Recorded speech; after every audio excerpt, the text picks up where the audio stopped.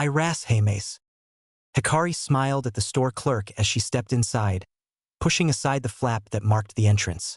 It had been a while since one of her clan had come to Kanahegakure, the village hidden within the leaves, but she was glad for it.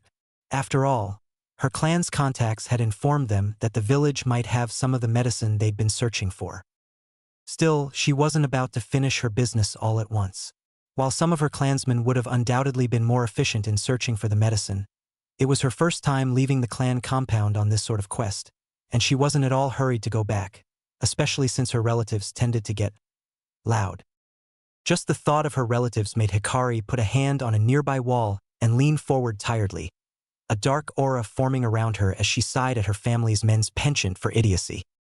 Not that the women were exempt from the family's typical merrymaking, unfortunately. Hikari was all too aware that her cousin Nobuko quite enjoyed drinking her own father under the table, proving, somehow, that her liver was either made of steel or was a medical miracle. Then, of course, there was Kimiko, whom everyone depended on for maintaining clan discipline, despite her young age. A Kuchio specialist, she was so skilled she was considered one of the clan's elites, right behind Nobuko's father and Elder Keisuke's grandson Raiden. Only Elder Keisuke himself, even at the insanely old age of 70, towered above them all in terms of strength, which explained how he'd kept the clan together. Though even that didn't stop them from nearly flattening the clan estate whenever one of their parties went out of control, which was, unfortunately, every other day. Unaware of the fact that she was causing a minor scene, Hikari wept silently, grumbling to herself comically at her misfortune for belonging to a clan full of fighting-happy morons. Just watching the young girl stand in that corner, mumbling to herself, had the store clerk silently pondering, even as she sweat-dropped, whether it had been a good idea to let the weird girl into the shop, particularly given the awkward stares other potential clients were giving her. Miss? She tried to snap the girl out of her self-induced funk. I apologize, but you're scaring the other. Ha? The expression Hikari wore when she turned around was enough to have the clerk squeak in fright. Much like the rest of the clan she cursed, Hikari had inherited a hair-trigger temper and a dislike for being interrupted in her musings. Thus, when she turned her head to face the clerk, a dark shadow passed over her face and she sneered at the woman like a yakuza, completely going against the perky, happy image she'd presented upon entering the store. You say something? She demanded rudely, her tone very, very easily conveying the fact that anything but a negative answer would result in pain. The clerk again squeaked in fright and shook her head quickly before dashing for the safety of her cashier. Though one had to wonder how much safety the lump of metal could really bring to bear against the pissed-off young girl in the corner of the shop. Finally snapping out of her dark musings, some involving how best to punish her. Excitable male relatives. Hikari noted the looks she was getting and quickly figured out that the clerk had been asking for her to tone down the, she guessed, murderous aura she'd been projecting. Sighing and once again blaming her family for this debacle, Hikari went for the medicine aisle to check what the store had in stock. Humming a clan song under her breath, she glanced at the labels with curiosity. Headache medicine, cold medicine, hemorrhoid medicine. She idly wondered whether she should bring some for Elder Keisuke, but then scratched that idea since he'd probably beat the crap out of her for suggesting he needed it. Nara, Nara, Nara. She mumbled, forgoing her humming in favor of reminding herself the brand of the medicine she was looking for. After all, that seemed to be the way this store arranged their products. So far, she'd seen Yamanaka headache pills, Akimichi soldier pills, and Hyuga eye drops. Looking for something? A young male voice asked. Turning her head to her left, Hikari blushed almost instantly as a handsome young man smiled charmingly at her. Oh. She'd really hit jackpot when she'd asked to come to Konoha. Who knew they had such cute boys roaming around? Ha! Who's the cow-breasted freak of nature lacking in sex appeal now? Mariko? Putting on her most winning smile, Hikari bowed shortly in greeting. Oh, I'm sorry. She apologized with extra sweetness and her posture arranged to emphasize her assets. I'm new in town and I heard Nara medicines were the best to be had. She then pouted as cutely as she could pull off, and judging by the gleam in the young man's eyes, it was quite a lot, but I can't seem to find them. 3, 2, 1. Why allow me?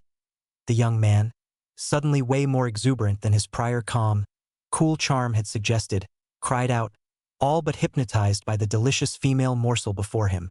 It was just like her auntie, Nobuko's mother, had said before passing away. Men are weak before the power that is the female form.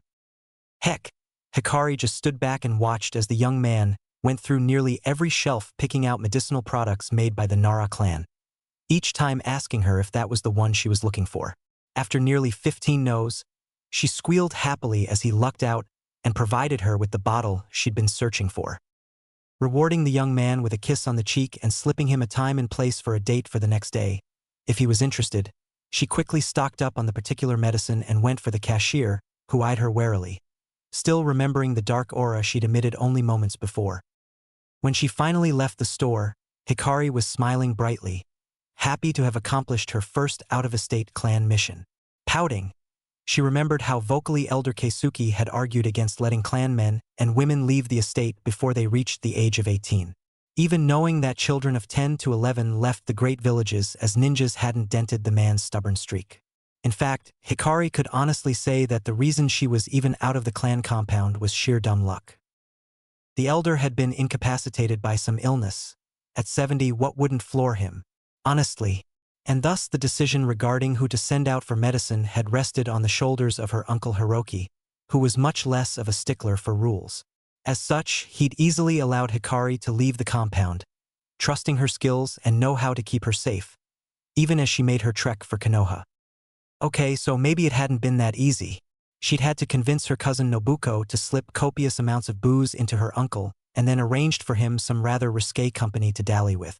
After that, it had been a simple matter of asking him for the favor, and, being made pliant with booze and women, he'd readily agreed.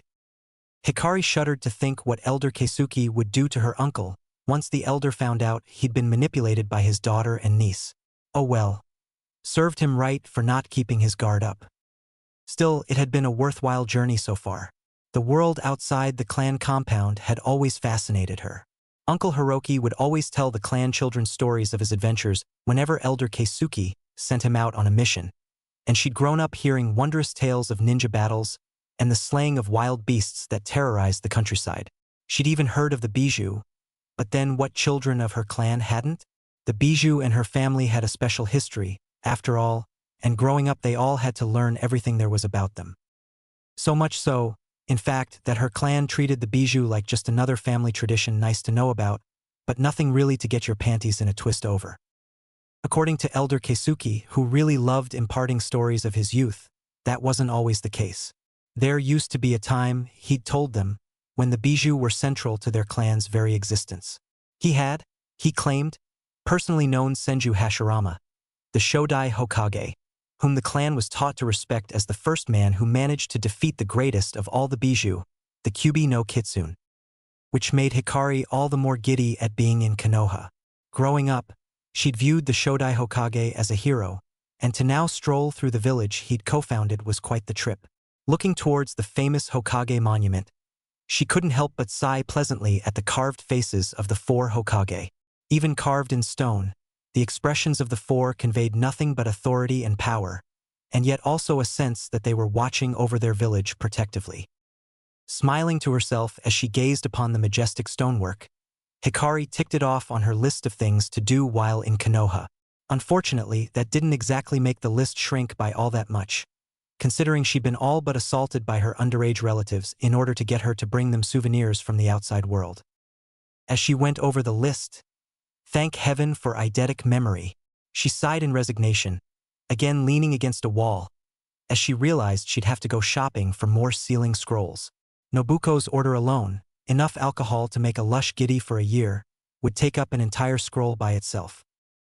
Elsewhere in the elemental nations, a blonde, double-pigtailed blonde sneezed just as she rolled the dice in a craps table, making the treacherous ivory cubes land on double ones and increasing her gambling debt threefold. Hikari sighed to herself in self-sympathy, wishing not for the first time that she could just live in a town like Konoha, rather than at the clan compound. She understood Elder Keisuke's reasons well enough. One of the principal rules of the clan was that there should be no secrets amongst clansmen, but as she walked down the streets of the busy town, wearing her usual clan getup, she couldn't help but notice the weird stares she attracted. Then again, There weren't many people around who went about their business carrying a massive scroll on their back. It wasn't an exaggeration either. The bloody thing was maybe a foot taller than her, and the only way she could carry it without dragging an edge across the road or acting like a walking barricade was to keep it diagonally strapped to her back. Little did she know that it wasn't the scroll itself that attracted attention. Rather, it was the fact that some petite girl could carry it without any seeming unease. Not that Hikari was oblivious to the gazes she was attracting. Ever since setting foot in Konoha, she'd felt like she was being watched, and attributed that feeling to the ANBU her uncle Hiroki had told her and her cousins about. Idly, she wondered if she'd get to meet one face-to-face, or face-to-mask, if the stories were true. Then again, that would mean she was in trouble, right? Maybe that wasn't such a good idea after all. Yar, yar. She sighed as she strolled down the market lane, her eyes half-lidded as she gave passing stalls a cursory glance for anything her relatives might want. After all, unless one of the clan left the compound on a mission, which they did every once in a while in order to feed, house, and clothe the clan, her family had no real links to the outside world. A flash caught her eye then, and she turned her head towards the stall to the right, recognizing its wares as IWA-crafted jewelry. Eyes sparkling, she quickly shuffled over to the stall, admiring the offered products like the young girl she was. To be fair, Hikari had only ever seen this sort of high-end jewelry in the hands of some of her aunts, and even then, most of it had been melted down after the war had erupted and her clan was forced to flee from IWA ninjas. The same happened to anything they'd owned from Kumo, for that matter. What little they had from either country were now considered bitter heirlooms, as a matter of fact. Starry-eyed, she lifted one particularly pretty brooch, admiring it under the watchful gaze and grin of the stall vendor, when she heard a commotion brewing further down the street. Reluctantly, she turned her head towards the source of the noise, much to the vendor's disappointment, and was surprised to see what seemed to be the young store clerk she'd intimidated before shooing out, quite rudely, a young boy wearing the most god-awful orange jumpsuit Hikari ever had the misfortune of laying eyes on.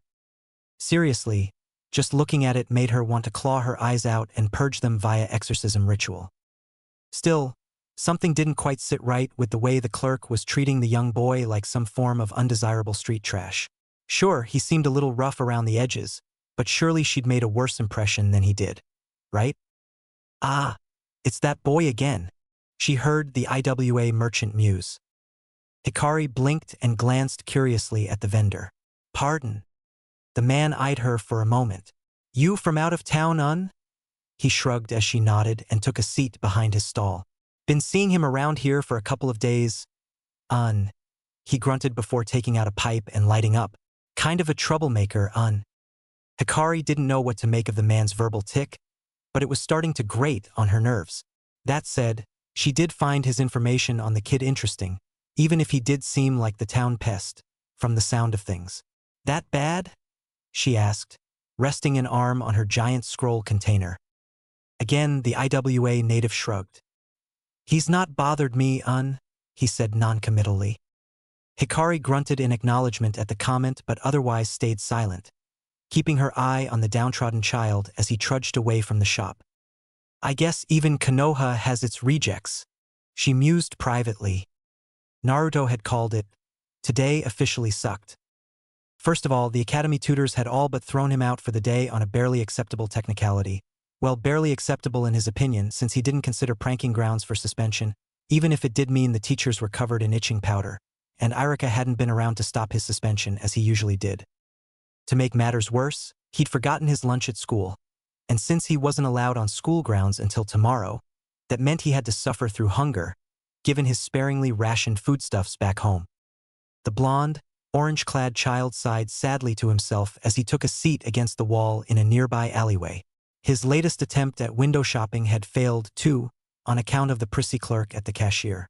Naturally, he'd called the harpy every name in the book as he was all but thrown out, though it did serve to reinforce his belief that the town hated him. He scoffed then. What did he care? One day, he'd show them all. His eyes, almost instinctively, fell on the Hokage monument. Whatever pranks he did on the place, it was a simple truth that he practically worshipped the village leaders. From the Shodai Hokage to the prematurely deceased Yondaime Hokage, he saw the great leaders of Konoha as an inspiration. Thus, his dream to follow in their footsteps, and in so doing achieve the respect and acknowledgement of his peers. Naruto had long ago learned that no amount of crying or shouting would really get him any respect. Pranks? Sure, he loved pulling those off, and yes, they did garner him some attention. However, he was also well aware that it wasn't the attention he wanted. For now, it kept him afloat, but he'd never dreamed of settling for that. He flinched as he felt and heard his stomach growl. Ideally, this would call for a trip to Ichiraka's ramen stand, the only place in town which would willingly and happily serve him, but he'd not yet managed to scrape together enough to pay for it. Sure, old man Tucci would probably give him a freebie, seeing as he was cool and all, but Naruto hated charity. He really did. A man, he believed, needed to be able to stand on his own 2 feet. Still, maybe sitting in an alleyway wasn't the best way to ignore the hunger cramps. Picking himself up, he slowly emerged back out into the street, deliberately ignoring the looks of disdain and disapproval that marred the features of many of Konoha's citizens. He'd long since grown used to them, and while they still bothered him on an emotional level, he got his revenge by pranking the more serious offenders. Oh, look, it's that kid. This age, brat, always making trouble. Can't believe they let him enter the academy. The comments always seemed to follow him wherever he went. Usually it was gossipy women, since the men of Konoha preferred more direct forms of disdain, like tripping him, accidentally throwing garbage in his way, and other, similar petty actions. Occasionally, if Konoha was nearing October 10th, he'd have to be on his guard for drunken revelers who wanted to teach him a lesson, whatever that meant. Honestly, what was up with these people? His only comfort was that whenever mobs started to form, the ANBU were pretty quick to head them off and disperse the drunken idiots. Twitching irritably every time they threw out disparaging comments, Naruto finally felt himself snap when he overheard one particular civilian call him the forbidden word. Damn shrimp. Whirling around, Naruto planted his feet wide and pointed at the offender, wide-eyed and pupil-less. Who are you calling a tiny speck of dust, Hage?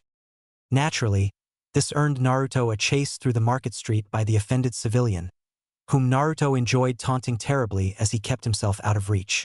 Eventually losing the violently inclined civilian, Naruto felt a grin form on his face as he came down from the adrenaline rush. Yeah, that was what he'd needed. A good old-fashioned chase to get his blood pumping. His mind having now blasted away any traces of thoughts relating to hunger, Naruto cackled to himself as he began plotting, from the safety of his darkened alley, who to prank for the day and how. Maybe it was time to pay the Akimichi food stores another visit? Last time he'd done so, the poor hefty bastards had gotten laxatives into their systems, making the whole nearby area declared under quarantine and somehow causing a massive shortage of village-wide toilet paper. Naruto cackled as he remembered that particularly enjoyable week. Even the Aburame's bugs wouldn't near the quarantine zone. Granted, Choji had beaten the crap out of him when he'd, admittedly stupidly, boasted about the prank during lunchtime. To be fair, he had it coming and Naruto liked his big-boned classmate. At least he didn't call Naruto names. Sometimes he even tagged along for a prank along with Kiba and Shikamaru. Sure, they weren't friends, in the strictest sense of the word, but they tolerated each other well enough. Granted, it was also stupidly easy to bribe Choji into doing anything. Give him a bag of chips and you could probably have the hefty boy pick a fight with the Kyuubi.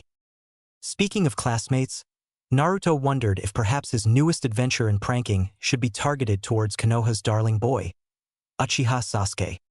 The leading candidate for Rookie of the Year was one person that really grated on Naruto's nerves. Glowering all the time and maintaining a brooding atmosphere about him, Naruto couldn't stand the sense of smug superiority that the duck-but-haired boy emitted anytime he lay eyes on him. A fact only made worse by the fact that all the girls in the class thought that the emo boy was, in actuality, mysterious and cool. Honestly, if he continued to hear them lay praise at the altar of Sasuke's greatness, Naruto swore he'd hurl. It was one of the few points of agreement between him and his male classmates, too. Scratching his chin thoughtfully, Naruto wondered if perhaps there was an excellent pranking opportunity to be had there. After all, the emo boy wonder felt so secure in his superiority that he would likely overlook someone like Naruto. Cackling again, Naruto was unaware of the sweat-dropping passerby, who looked at the darkened alley as though someone crazy was about to pop out. Unfortunately for Naruto, his brilliant calculations had left out one teensy, yet unequivocally crucial detail. Sasuke was frontrunner for Rookie of the Year because he deserved it. Cursing the horrible entity known as logic, Naruto jumped roof after roof as a pair of chunin who'd gotten in the way of the masterful prank chased after him, courtesy of a just as masterful dodge by the aforementioned duck-haired emo boy wonder, both of them covered in pink paint and sparkling body glitter. "Just wait till we get our hands on you," roared one of the sexually threatened chunin. "I'll kill you," roared his colleague. Naruto grinned over his shoulder. "You know, denial is a sure sign of dash," he squeaked as he barely dodged a Fuma shuriken aimed at taking his head clean off. "Oi, that could have killed me. That was the point." Squeaking again as he dodged various implements of pointy death and or maiming, Naruto craftily eluded the pair by casting a henge on himself in order to appear like a trash can, which the enraged chunin rather foolishly overlooked as it stood on a roof. Dropping the henge, Naruto grinned as the walking gay pride parade continued on a wild goose chase in the opposite direction. Cackling mischievously, Naruto made his way towards his apartment building which, while decrepit and barely suited for human habitation, was nonetheless home for him. It also helped that no one else lived there, since no one wanted to share even so much as a building with him. In fact, he'd often wondered why the building was still there, considering the manager himself had left quite a while ago. Oh well, at least he didn't have to pay rent. As he drew nearer to his home, however, he began to notice what seemed to be a glow coming from the street, the type you usually saw coming from fire at a distance. Frowning, the young boy stopped his trek on the rooftop in front of his building and crouched down, experience having taught him that the less he stood out at night, the safer he was. Naruto didn't regret that decision one bit. Crowding outside his building was a group of the local color he supposed was the right word. Drunks, for the most part, but also the occasional sober mind who just got their kicks from hurting people. As a group, he watched them pretty much trash the building facade, tagging the walls with gang graffiti and smashing windows. Why? He never really understood the reason when told by the Hokage, but as far as he could understand, they were just idiots being idiots. Unlike the jerks in the nicer side of town who simply refused to sell stuff to him or overcharged him just because of who he was. Thankfully, old man Tucci didn't mind shopping in his stead, so long as Naruto fronted the money. The man was kind, not stupid. Naruto watched silently as the crowd trashed the outside of his home, not really caring anymore. Thankfully, they'd long since stopped invading the apartments proper, since they'd realized no one who lived here had anything of value. Hence why they lived there. It took maybe half an hour before the group tired itself out and began leaving the building, and Naruto could see they seemed a little disappointed at not having walked away with anything of value. That being said, he was pretty sure that if they had caught him at home and tried to rob him, they wouldn't have had the balls to do anything more extreme than hurl a few words of abuse. While many a punk had threatened to severely hurt him in the past, Naruto had noticed that after the first couple such occasions, said individuals had all but disappeared, instead settling for pretty much making his life as much of a living hell as they could without actually laying hands on him. He never did quite figure out what had made them change their minds regarding visiting grave bodily harm on a child, but had decided not to look a gift horse in the mouth. Let's just say those were the days Ibiki Marino, head of torture and interrogation, had been at his happiest and leave it at that. Once the last of them had left the building premises and started making their way home, Naruto finally jumped down from his hiding spot and began the final leg of his journey home. He was right about to start the first flight of stairs up to his apartment, however, when he felt an incredible pain in his chest and was flung backwards, landing heavily on the ground, his breath all but gone. "Knew I'd catch ya if I waited long enough," declared a youthful, no, not that kind of youth, male voice as he emerged from the shadows of the staircase. Naruto's attacker was a handsome young man with a cruel expression as he looked down at his victim. The rats always come back to their nest, after all. Naruto, usually one to give as good as he got, was unable to reply as he still had trouble breathing. "What's the matter?" taunted the young man as more hidden assailants began to emerge from their hiding places. No es Marta lectaunt, no defiant declaration. He rammed his boot into Naruto's stomach, launching the small boy a few feet away and further complicating his breathing problems. "Trash like you ought to disappear," sneered the young man as he and his associates closed in on the fallen boy. "The adults might not have the guts to do it, but I do. Get 'im, boys." With roaring laughter, the group began to wail on Naruto, who instinctively curled into a fetal position to avoid getting hit in sensitive areas. To his credit, the young blonde refused to cry out in pain. He plainly rejected giving his attackers the pleasure of seeing him squirm. After a moment, the young man raised his hand and the group stopped their assault. Squatting down, the ringleader grabbed a handful of Naruto's hair and lifted up his head. "Had enough, trash?" he sneered. Naruto, finally able to control his breathing, merely grinned painfully in response. "Bring it on, asshole," he challenged defiantly. He was rewarded with a vicious right hook to the face, further aggravating his condition. "Tsh!" The young man clicked his tongue as he got back up, noting the redness of his knuckles. "Little bastard almost made me break skin," he groused before giving his victim a swift kick in the ribs, which, other than making Naruto twitch, got no reaction out of the boy. "Oi, what now, boss?" asked one of the less intellectually endowed members of the group. The young man glared at his subordinate as though he were stupid, which, to be fair, he was. "What do you think?" he sneered. "Get rid of him. This village won't miss him, and Dad'll finally be able to get rid of that eyesore," he added, jerking his thumb towards the decrepit building. "Oh, so that's how it is." Hikari had trouble falling asleep once she returned to the hotel. She didn't know why, but seeing that downtrodden child had really bugged her. It was odd, since he wasn't by far the only street urchin she'd seen, and she was realistic enough to understand that she could feasibly do nothing for them. That one boy, however, had really stuck in her mind. Even as she packed the medicine in her bags, not that she was leaving. She was going to milk this visit for as long as she could. She couldn't keep her mind off of him. There was also a sense of familiarity in him that bugged her. Like, as though she was looking at someone she should know, but couldn't remember clearly. She knew instantly that he wasn't a clansman who'd run away. There was no such thing in their compound.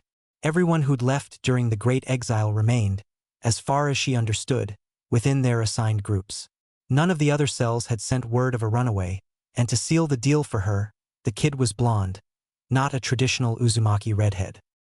Unable to fall asleep, she did the next best thing, go out for a walk. Actually, that wasn't accurate enough. Rather, she went roof jumping. She'd always loved high places, and roof jumping was a natural way for her to clear her mind as she simply focused all her thoughts on the next jump, and the next. Add to that the physical conditioning benefits and ongoing practice in chakra control, and she'd landed herself with a nifty and healthy way to calm her mind. Unfortunately, her habit also had a tendency of making her stumble upon some troublesome situations. Why, one time, she'd accidentally slipped mid-landing and fallen on her fifth-degree cousin Amaya, who'd been trying to woo her cousin Yuki, the stepson of her auntie Nana. Suffice to say, the water user had been very displeased, and made it abundantly clear by using her techniques to wash her away into a stream. Potential homicide and death by hypothermia aside, Hikari had learned to watch her step. Unfortunately, she was also prone to forgetting her lessons whilst roof jumping, landing her in the type of situation she was in right now. Just as she was about to take another jump, she'd snapped back to reality quick enough to see that she'd reached a dead end, so to speak. Beneath her, only a street lay, and the nearest rooftop before her was several stories up. Sighing, she was about to change directions and continue her travels when she heard the familiar sound of a beating being delivered. She then sighed despairingly as she recognized how messed up it was that she could instinctively recognize what a beating sounded like. Damn cousins and their stupid, boyish tempers. Snapping out of another rage-inducing daydream, she blinked as she heard a familiar voice and looked down at the street, frowning as she recognized one of the group of people as the young man who'd assisted her at the store earlier that day. What on earth were they doing? Sparring at night? The question answered itself quickly enough as the small crowd of thugs drew back, revealing a badly beaten boy. The sight was enough to make her dry heave in disgust, and she immediately leveled a glare at the young man whom she thought had been attractive mere hours ago. Just as she was about to enter the fray and teach those idiots a lesson, however, She listened in on the boy and the young man's exchange of words, smiling despite herself as she listened to the child defy his attacker. She flinched, however, when she saw the young man viciously punch the boy in the face, and figured she'd waited long enough. Raising her hands and making a familiar seal, she listened in as the young man ordered the thugs to get rid of the boy and his reasons for hurting him. Her glare only got more vicious as she realized he was just some two-bit dandy who probably lived off his daddy's money. "So that's how it is," she announced loudly, catching their attention and diverting it from hurting the boy any further. "What the?" started one of the thugs as they all looked up towards the roof and saw the red-headed girl standing there, a mightily displeased look on her face. They had no time to say anything else, however, before a surge of chakra flowed through her and she separated her hands from in front of her face to slam them on the ground on each side of her. "Kuchios no jutsu," she called out, causing seals to form in a circle around the area she'd slammed her palms. "Yamenu, Kerberos, I call on thee." Twin howls sounded out in Konoha that evening as puffs of smoke heralded the successful completion of Hikari's summoning technique. From the smoke, already mid-lunge towards the thugs surrounding the boy, were two massive wolves, one with a gray pelt, the other with midnight black, their jaws wide open as they went for the kill. "Shit! A kunoichi!" shouted one of the thugs in alarm as they all fled from the wolves, who unfortunately missed their targets. Nonetheless, the duo took protective positions in front of the fallen boy, and their mistress soon joined them by hopping off the roof and gracefully landing between them. The young man, however, kept his cool, even as the two canines snarled at him with barely restrained viciousness. He'd recognized the woman as quickly as she'd recognized him, and felt sure his charms would win her over, especially considering who she was guarding. "I remember you," he called out to her with a slick smile. "The girl from the shop, right?" Hikari maintained a glare as her hands fell on top of her summons heads. Undeterred, the young man reached for his pocket, causing the wolves and Hikari to stiffen, and then brought out a piece of paper that Hikari recognized, the proposed date she'd slipped him. "A little early for our date, aren't you?" he asked playfully, though Hikari could now see the malevolence that hid right behind that thin veil of charm. "About that," she said with a wry smirk, "I'm afraid I have to cancel. I don't go out with child-beating losers." "Come now. There's no need to be so feisty." The young man brushed her insult aside. "If you come over here now and leave the brat be, I promise to show you a good time." Hikari raised a thin, reddish eyebrow at the proposal.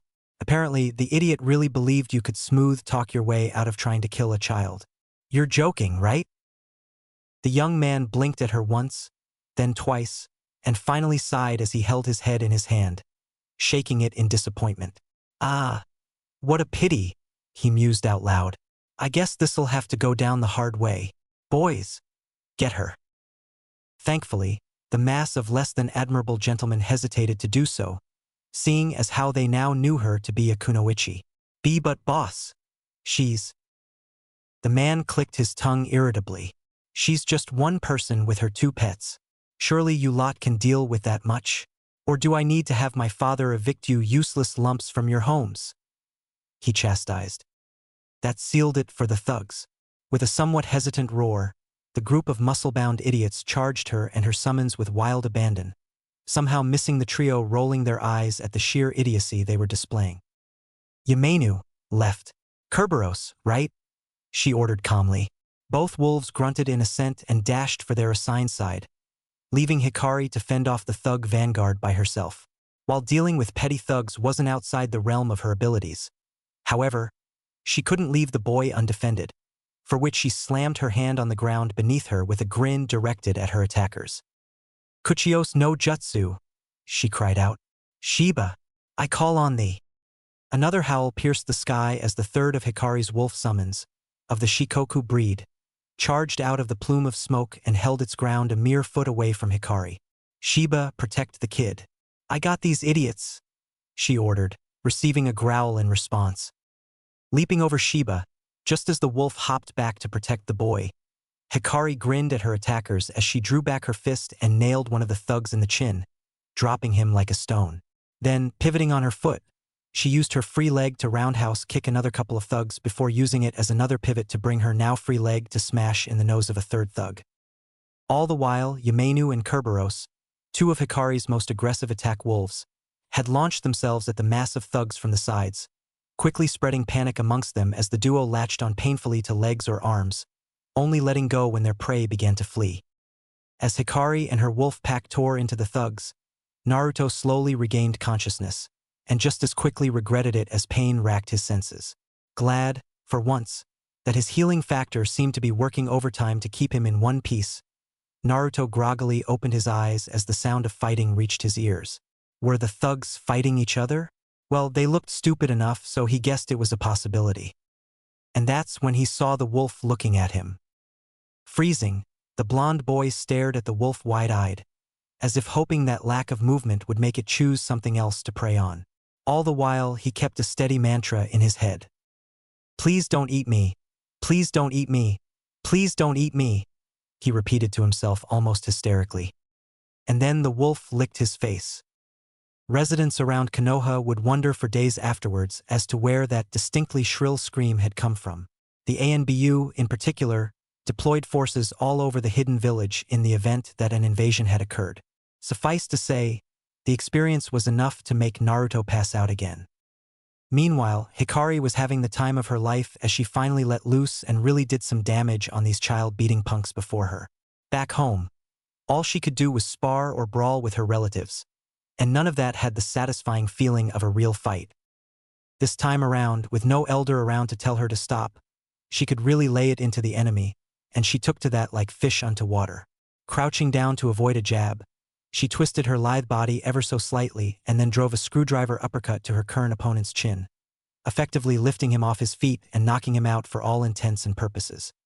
Then, seeing in that split second that two more thugs were going to flank her on both sides, she twisted midair and landed a roundhouse kick, nailing both and knocking them, as they say, the fuck out. Landing in a crouch, she swept her leg out, knocking a few of the idiots over, making them prime prey for Yamenu and Kerberos, who swiftly pounced on them as though they were fallen deer. By the time the dust settled on the fight, Hikari held one of the thugs by his shirt, the man long since unconscious, and her fist bloody, but otherwise completely fine. Hell, not even her get-up was much affected by the fight. Then again, they had been civilians. "I'm sorry," she taunted the ringleader. "Didn't you say they were going to get me?" By now, the young man was well and truly aware of how out of his depth he was. Initially dismissing the girl as just some wannabe village-less kunoichi, her three summons and herself had taken out his best enforcers. "Just who the hell are you?"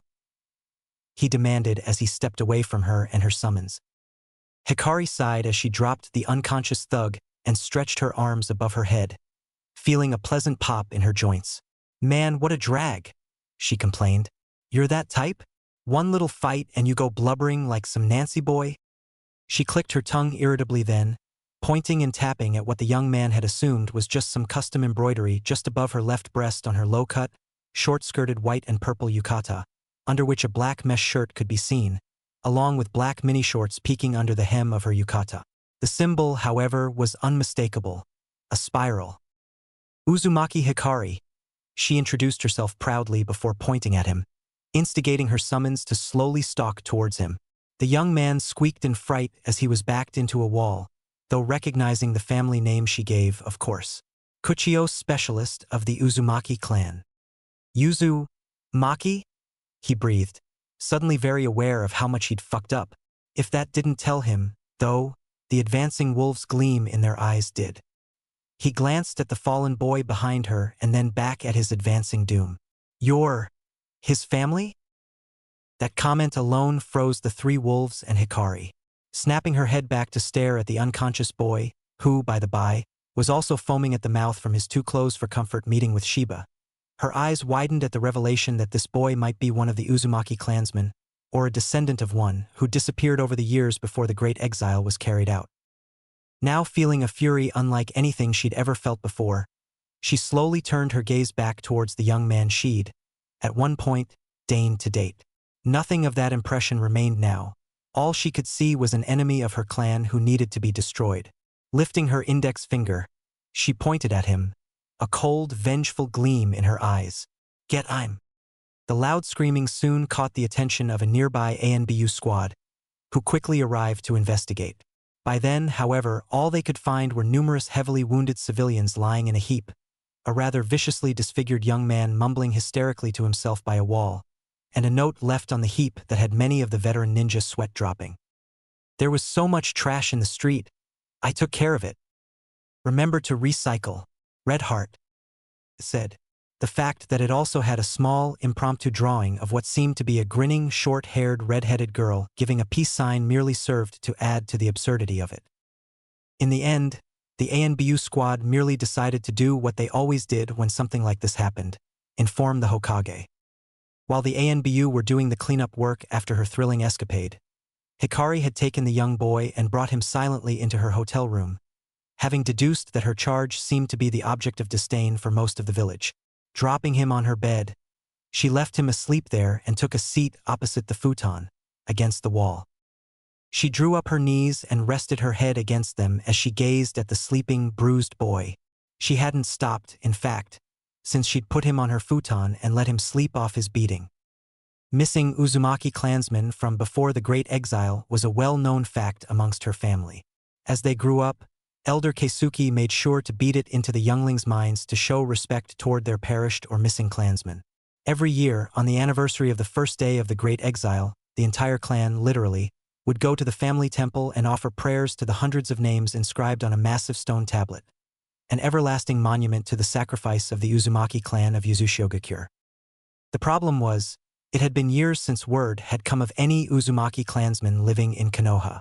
Certainly, there'd been a time when her family would have populated the ninja village, and she knew all about Lady Mito and her relationship with the Shodai Hokage. She even knew of the Lady Kushina, Mito's chosen successor, when the time had come for her to pass on her burden. However, according to what the clan had learned, she had perished during the Kubi attack 13 years ago, the great bijou disappearing along with her.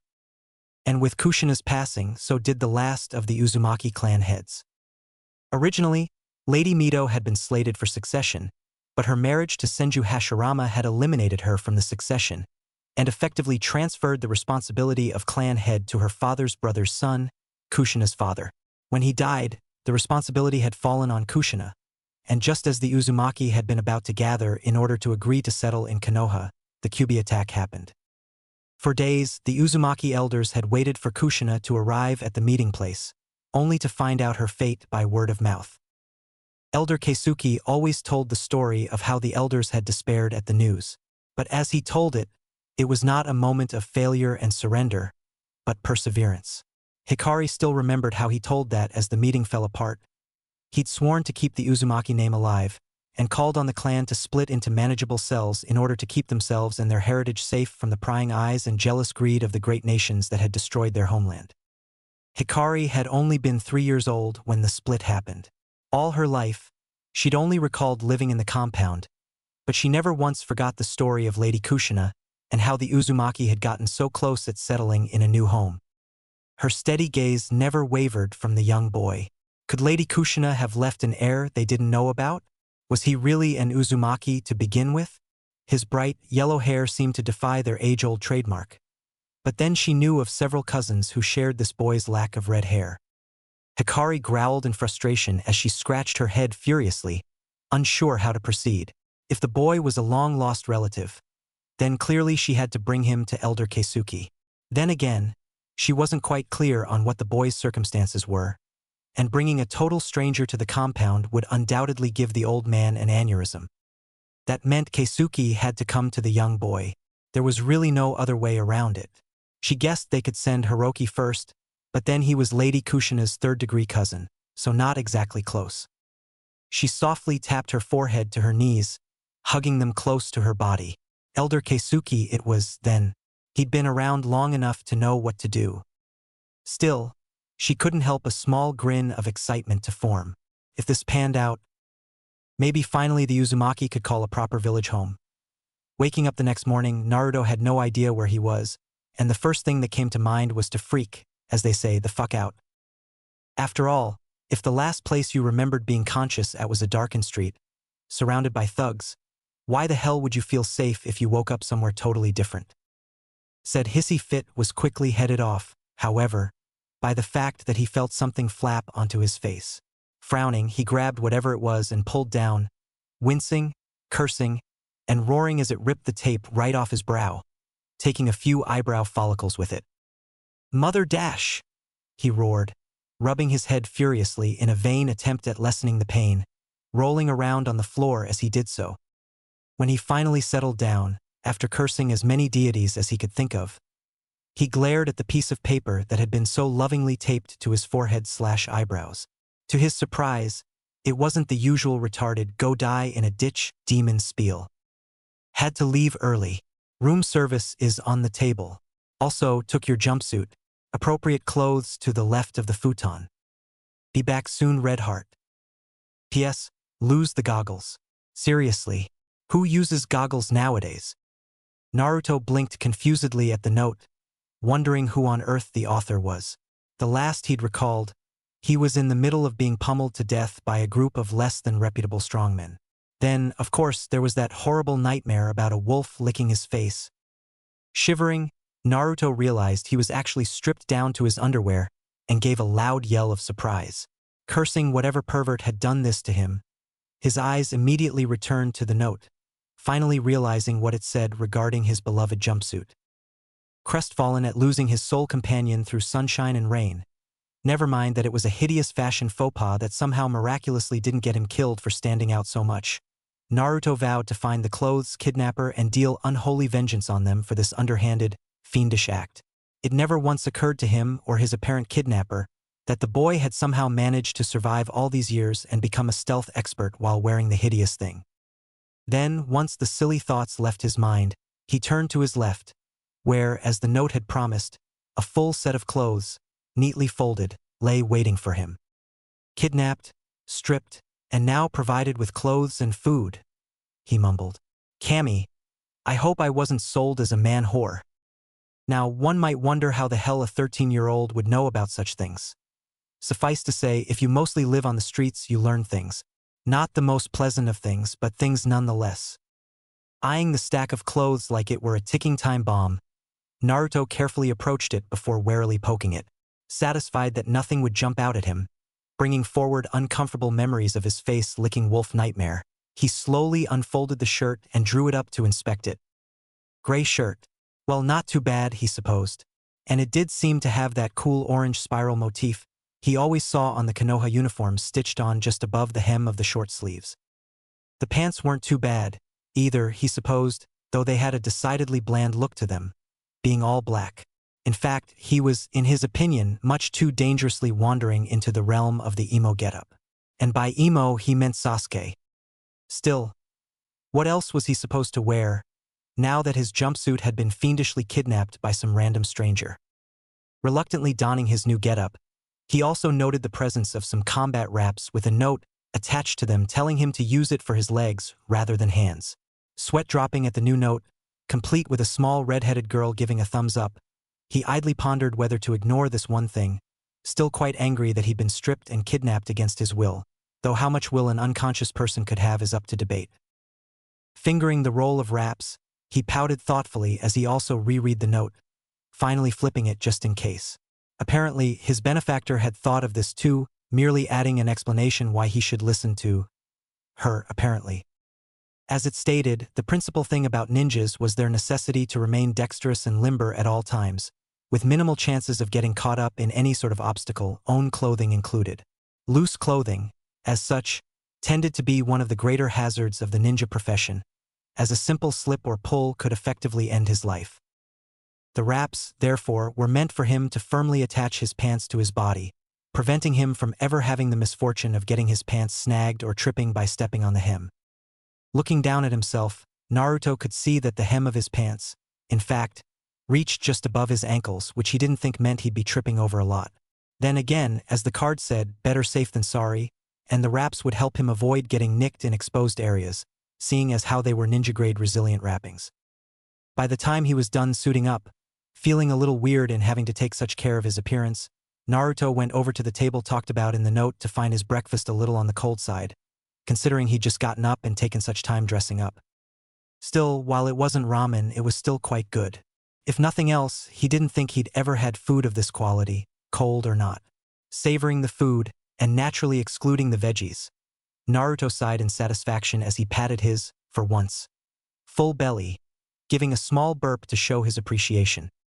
Still, food and all aside, he couldn't help but feel a little, okay, a lot, worried about how he'd gotten here. More importantly, he still couldn't reconcile why someone had stripped him and just left him there. He figured that since no one had come in yet to demand services or some such that he wasn't a prisoner. Well, if he was, he had to admit this was the most pleasant prison he'd ever heard of. He broke from his musings when someone knocked at the door, however, panicking again, somehow convinced that this visitor was some sort of pervert that had come to finally claim his prize. He quickly made his way for the window, pleased to see that it wasn't locked. Eyeing the surroundings, he quickly recognized the building he was in as one of the fancier hotels in Konoha. Much to his surprise, he'd been so sure his kidnapper would have stashed him in some dark and leaky warehouse. Not one to look a gift horse in the mouth, however, the blonde did as any would-be kidnapping victim did and quickly jumped, landing on his toes on a nearby roof, much to the surprise of passerbys on the main street, and dashing away. Meanwhile, back at the room, the door unlocked and opened to reveal a young woman in a kimono and apron, holding up a duster. Room service. When Hikari finally returned to the Uzumaki compound, she was sad to say she wasn't at all surprised at seeing her uncle Hiroki hanging down from a crossbeam from his ankles, completely tied up and with a seal tag labeled punishment on top of the ropes. His face red but otherwise ridiculously jovial. Apparently, Elder Keisuke had finally gotten around dishing out punishment for letting an underage clansman leave the compound. "Hey Aji-san," she greeted with a smile and a wave.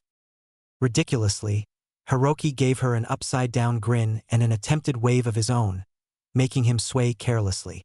"Asu Hikari-chan," he called back as he swayed from side to side. And then a small rock nailed him in the temple. Hikari sweat dropped as she listened at her uncle swear enthusiastically. "Damn it, Nobuko. What the hell?" he roared, wriggling in pain. Elder Keisuke said no talking. She heard the man's daughter shout right back. While Hikari would have loved to say this was an exceptional moment in her family's daily ongoings, that would have been a lie. Asad, Sadlai. Reaching the front gate, she ignored the ongoing shouting match between father and daughter and made the hand seal necessary to unlock the gate. Having spent most of their lives in hiding from jealous and greedy persons, the Uzumaki compounds were all sealed up to the 11th degree. Hell, even trying to jump the compound walls was just a way to earn oneself a quick and horrifying death. Fortunately, however, every clansman and clanswoman was taught the appropriate hand seals for deactivating the gate seals. Quickly flipping through the combination, she ended the 7-seal code with a clap of her hands, causing the gate to glow briefly before ebbing away and causing a distinct clicking sound to emanate from it. Pushing open the gate's wooden door, she smiled as she saw the compound sprawl out before her once more. "Asu Itoko," she heard Nobuko call out to her in greeting, sitting on her room's porch, the raven-haired beauty of the Uzumaki clan, dressed in a simple single-dye yukata, was casually lounging on the porch in a most unwomanly fashion, holding up a cup of sake in one hand with a grin and a blush. Beside her sat a brown bag of what seemed to be rocks. How was Konoha? Hikari really wanted to sit down and gossip with Nobuko about her travels, but her errand unfortunately came first. "Sorry, cuz, can't stay and chat right now," she replied with a wave before eyeing the still hanging Hiroki. "I'm guessing Ji-chan found out?" Nobuko nodded happily as she put down the now empty cup. "Yep." She gave a mildly drunken peace sign. "Told me to deal with Dad's punishment and all," apparently ignoring the fact that she'd also been the one to slip in the drinks and women to loosen up her father. Well, that explained the hanging, Hikari supposed as she eyed her red-faced uncle, who'd gone back to idly swinging in midair. Being a genjutsu specialist, Nobuko would have found it easy to catch her father off guard and humiliate him this way, a favored pastime of hers. Not that Uncle Hiroki minded terribly. He was so laid back it was ridiculous. "Where are the boys at?" she asked as she walked past the porch. Nobuko shrugged. "You know how those idiots are," she said casually before gulping down another cup and giggling. Natsu's probably picking a fight with Yuki or Raiden again. Hikari sighed tiredly at that, though she kept walking past the porch, ignoring the fact that Nobuko kept flinging stones at her father's head every now and then, eliciting a string of rather extreme curses from the normally mild-mannered goofball of a man. Walking down the streets of the clan district, Hikari smiled and waved at the varying clansmen and clanswomen who lived in the small village-sized compound. Approximately 150 Uzumaki clansmen called the compound home, and maybe a fourth or a full third of them had never even seen Yuzushigakure. As for how they managed to keep so many clansmen hidden, the Uzumaki refugees had relied on a combination of their legendary fuinjutsu and simply not standing out. Knowing full well that proclaiming themselves to be ninja would just draw attention, Elder Keisuke had simply ordered the compound to emulate a walled peasant village. As such, there were no overt signs of the inhabitants being highly trained dealers of death. To that end, there were no forges that one could see, that is. Instead, there were butcher shops, candy shops, tailors, repairmen, restaurants, everything that any normal village might have. Granted, no one ever visited the compound, being that the clan's fuinjutsu established several highly sealed wards that would place the victim in a disorienting genjutsu. Nonetheless, Elder Keisuke had noted that Yuzushigakure, too, had been so protected, yet still fell before the might of the great nations. Thus, to avoid taking any unnecessary chances, the clansmen lived out their daily lives like any other peasants, keeping their ninja activities strictly on the down low. "Oh, Hikari-chan, welcome back," she heard one of the elder clan's women call out to her with a smile and a wave. "Thanks, Oba-san," she called back with an equal smile and a wave of her own. The sound of children laughing brought a smile to her face as she continued walking down the path towards the central house, where Elder Keisuke resided. She hesitated to admit it, but she'd missed the sounds from the Uzumaki compound. Konoha had been nice and all, minor, unfortunate fights aside, but there really was no place like home. "Hikari-chan!" She heard someone call out from ahead and smiled at the sight. Her older cousin, Akemi, was apparently out for a walk, her brother Daisuke probably along to ward off any suitors. At 18, Akemi was one of the Uzumaki clansmen who were allowed out of the compound on missions. Unfortunately, she didn't usually get assigned to leave, as she was much too conspicuous. Not due to any fault of her own, however. She was simply too pretty to not stand out. Not that Akemi seemed to mind, on the other hand. Rather than go out on missions, she seemed perfectly happy to stay back and take care of teaching the Uzumaki children and working at the clan soul bar. Personally, Hikari found Akemi to be her favorite cousin. Between her kind demeanor, natural ability as a ninja, and stunning looks, she was quite obviously her role model. "Asu, Akemi-chan, Daisuke-kun," she greeted right back with a wide grin. Her older cousin smiled kindly as they came to a stop near each other, her hands demurely kept to her front. "How was your first mission?" she asked kindly. Hikari smiled nervously as she scratched the back of her head. "Well, I don't know about mission," she started, knowing full well that she'd pretty much broken all the rules by leaving the compound at her age, no matter if the acting head had authorized her to do so. Daisuke grunted. "Oh, stop being so wishy-washy," he scolded gruffly before crossing his arms over his chest. "Real men ought to stand proudly by their achievements." Sweat dropping at the bold statement, neither woman had the heart point out that Hikari was, in fact, a girl. Instead, they opted to just ignore him and continue their chat without him. "Still, it must have been exciting, right?" Akemi pressed with a knowing smile. "I remember my first mission. I was shaking like a leaf." "Yeah, exciting," Hikari agreed a little underwhelmingly. "Let's just say Konoha wasn't exactly how I pictured it," she decided to say diplomatically. A thought occurred to her at that moment. "Say, Akemi-chan, you remember when the split happened, right?" Her older cousin pouted pensively, a finger cutely propping up her lower lip. Not well, but a little, I guess." "Why? Did Lady Kushina have any family left when she was going to bring us to Konoha?" Hikari asked regardless. Tilting her head to the side as she recalled those dark days, Akemi stood there silently for a while, still ignoring her younger brother, before shaking her head, a sad smile on her face. Not that I can remember, sorry, she said with an apologetic smile. I think Elder Keisuke would be the only one to know for sure, if anyone.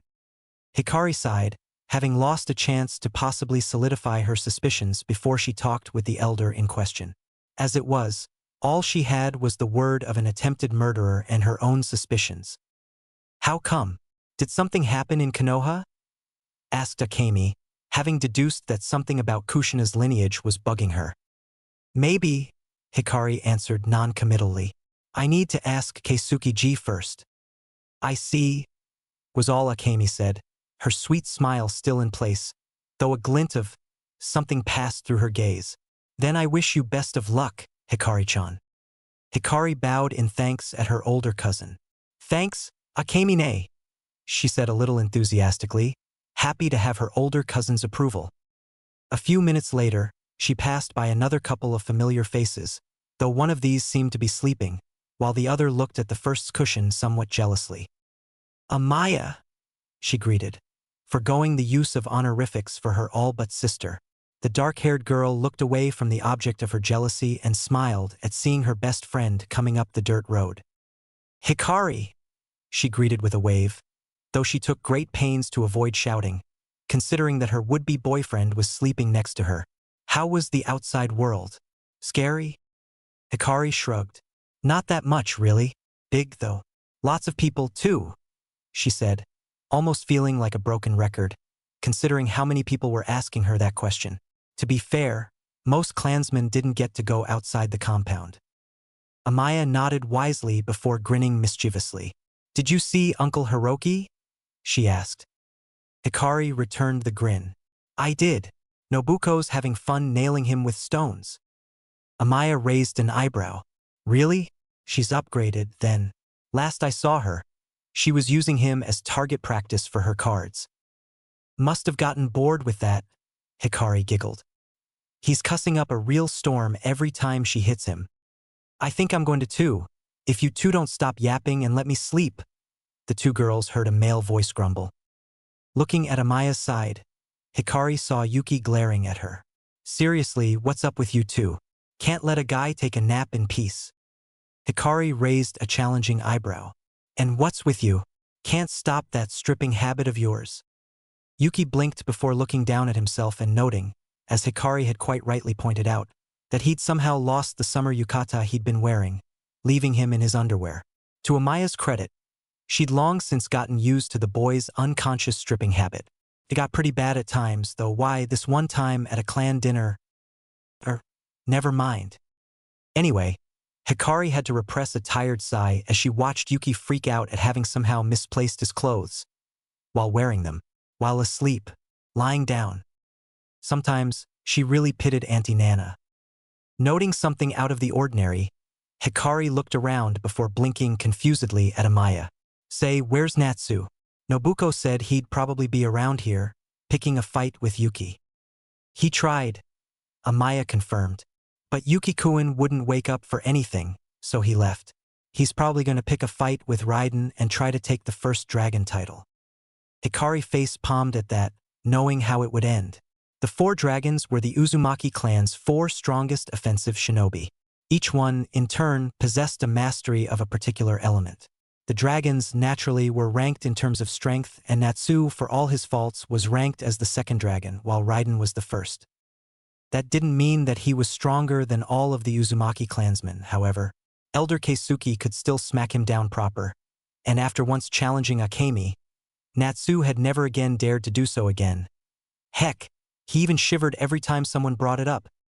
Of course, there was also Kimiko, who pretty much outmatched everyone in the clan save Raiden, Elder Keisuke, Uncle Hiroki, and Akemi.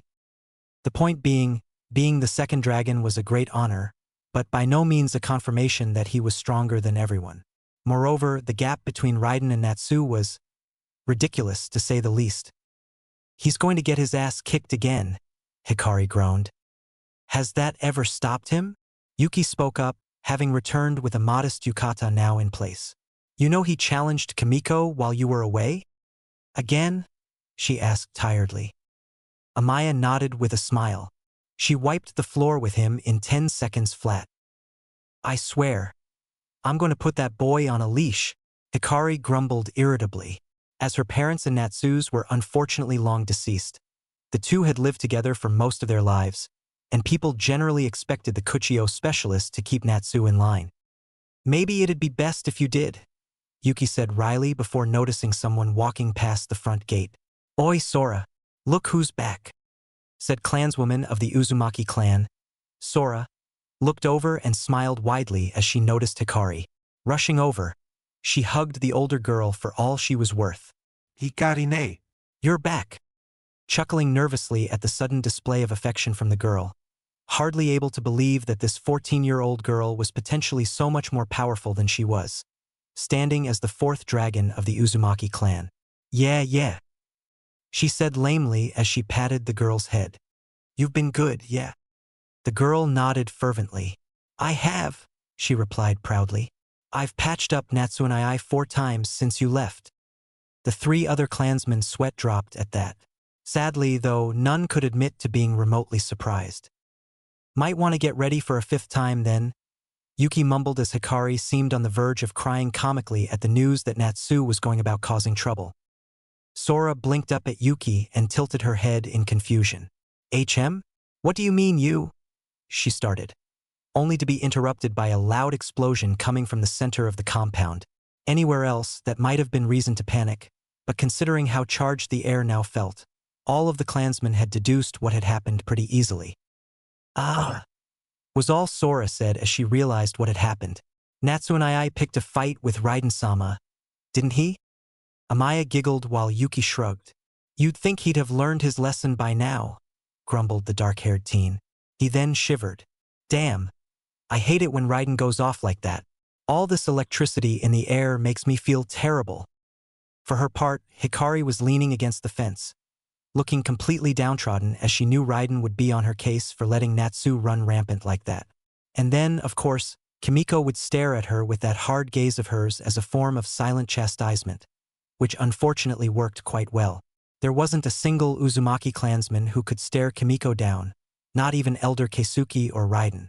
Even Mariko, who specialized in eye-contact defensive genjutsu, didn't dare match the stronger girl's stare. Better get to Elder Keisuke now, or else you might get mixed up in this latest fight, Amaya told her best friend with a comforting smile. Hikari sighed again and nodded in thanks. Yeah, you're right. See ya, Yuki, Amaya, she said while waving goodbye and moving towards the entrance. She only stopped to spare Sora a commiserating look. Could you see to the idiot's wounds for me, Sora-chan? She asked. The younger girl nodded tiredly. Hi, Hikari ne. She answered. Fortunately for Hikari, the rest of the trek to the main house didn't take her by any more troublesome relatives, though she did stop by the candy shop to grab herself some sweets for later on. Arriving at the main house, however, brought forth a sense of foreboding that she couldn't quite shake off. Elder Keisuke, despite not being clan head nor wanting it, was nonetheless the leader of the refugees, and she was well aware that her little sortie had broken nearly every rule in the book regarding clan safety. While he couldn't dispute the legitimacy of Hiroki's permission, he could make her life very miserable for having deliberately manipulated events so as to acquire said permission. At the fence gate of the main house, she was met by one of the last persons she'd wanted to see. Raiden himself, apparently none the worse for wear after his little fight with Natsu. The blonde-haired teen looked bored. In fact, though that expression quickly vanished as he saw Hikari approach. So, you're back from your little joyride, he noted indifferently, hands in his pockets. Make sure you keep that pet of yours on a leash. Little bastard challenged me in the middle of a training session with the brats, he told her as he passed by, not even sparing her a second glance. Hikari said nothing as the monstrously powerful clansman passed her by, simply glad to be away from his presence. Even when not in battle, Raiden emitted a low yield, but definitely tactile field of electricity around him, causing the points of her hair to rise ever so slightly.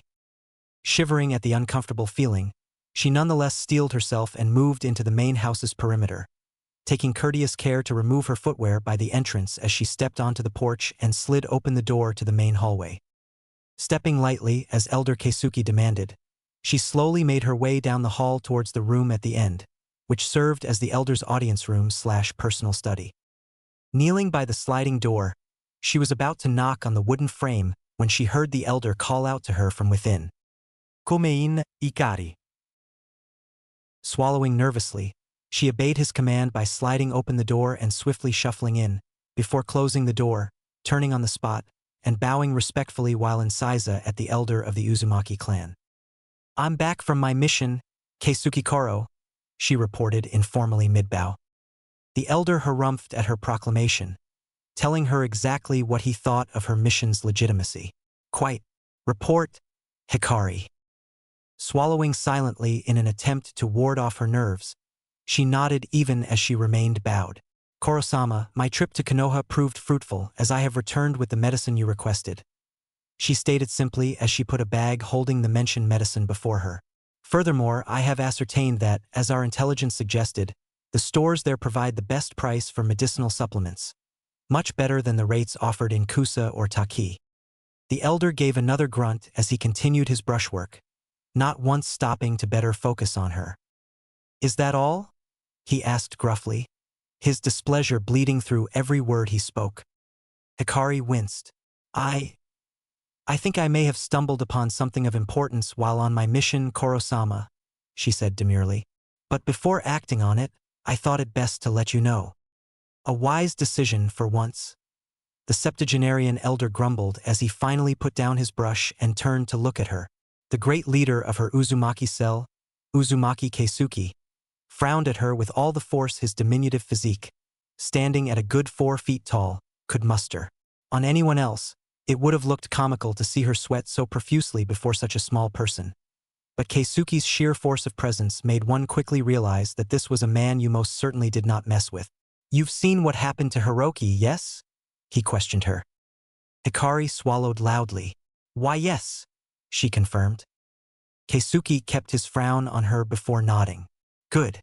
Don't let it happen again," he said, before the tension in the room lessened considerably and he sat, cross-legged, before her, a kind, grandfatherly smile on his face. "Now, tell me what you saw that has you so rattled, child," he said gently. Hikari slowly raised her head and had to restrain a loud sigh of relief at having gotten off so lightly. Had it been Natsu, she wouldn't have doubted for a minute that Keisuke would have punched him through the wall for his idiocy. Getting serious, however, she sat up in seiza and frowned at the elder thoughtfully. "Before I begin, chore," she started, only to be held up by Keisuke's hand going up. "Call me as you usually do, Hikari-chan," he said with a smile. "I hate formalities except for when they're needed. You know that." Stumbling over the words, Hikari nonetheless nodded and plowed on. "Hi, Ji-chan," she complied. "As I was saying, I need something confirmed first," she stated, and found courage to move on as she saw him motion for her to ask away. "Did Lady Kushina have any living family when she died at the hands of the Kyubi?" Keisuke blinked at the question, having honestly not expected it. If anything, he'd been waiting for Hikari to mention some odd fact or another, since she'd been so sheltered all her life. In fact, when both Raiden and Akemi had returned from their first foray out of the compound, there expressed some confusion regarding the outside world, which he'd had to correct. "Family? Not that I can remember," he mumbled as he scratched at his fabulous, graying mustache. Only the odd tinge of red here and there gave any indications that he'd once sported the famous red hair his clan was famous for. Shame that Raiden hadn't inherited it, though. I think she was still seeing that Namikaze's boy when she died, though. Hikari froze, having never heard of that aspect of Kushina's history. "Namikaze? As in, the Yondaime Hokage?" she breathed. Keisuke blinked, having mumbled it out without thinking. Still, he shrugged, since it wasn't particularly important at the moment. "Yeah, the very same," he stated indifferently. "Bit of a Nancy boy for my liking, but then there's no accounting for taste." Hikari goggled at Keisuke, not believing what she was hearing. The Lady Kushina had been seeing the Yondaime Hokage? Heaven above, if they'd ever had a kid. For the second time since she'd entered the room, Hikari froze, having arrived at a conclusion she'd only briefly given thought to on her way back. Could that boy perhaps be? Quickly bringing forward her giant scroll, she ignored Keisuke's curious questions as she unrolled it until the scroll's paper revealed the array for a storage seal. Raising her left hand in a partial ram seal and her right on the seal array, she called out, "Kai!" A burst of smoke later, which she waved away. Naruto's old orange jumpsuit lay on the tatama floor of Keisuke's personal study. The elder in question merely raised an eyebrow at the garish garment. "Your tastes have changed since last I saw you, Hikari-chan," he mused. "Is this what you kids call fashionable?" Hikari blushed before shaking her head. "It's not mine," she protested. "It's a boy's I met in Konoha." If possible, Keisuke's eyebrow rose even further. "You know I'm always glad to talk to you, Hikari-chan, but aren't you a little young to be showing off your trophies?" he asked, torn between being amused or horrified. "It's not like that," she snapped, being reminded of how stubbornly obtuse her family could get and how it was unfortunately genetic. "I rescued this kid from being killed right in front of his home," she related. "He was wearing this crime against fashion and I took it from him before coming here." Keisuke didn't need to utter a word. The look on his face showed what he thought of that rather rushed explanation. "For the last time, I didn't sleep with anyone," she all but shouted, causing something outside the window to thump loudly. No doubt some of her busybody cousins wanting to listen in on an important mission debriefing. "I believe you," Keisuke told her in a tone that clearly told her he believed no such thing. Had she really garnered such a reputation as to deserve this treatment?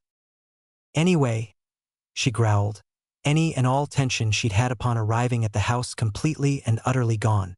It was replaced, however, with mounting frustration. "I had a suspicion about the boy's parentage. I think he's a lost Uzumaki." All joviality immediately faded from Keisuke's face as he processed that statement. "Come again?" he asked carefully, not entirely sure he was hearing right. At 80 years of age, he wouldn't have been surprised if his hearing was shot to hell. "I think he's one of us," Hikari pressed before slamming a hand on the jumpsuit. "I brought this here to confirm it. We have tracking fuinjutsu to determine identity, right? This eyesore should be able to tell us his."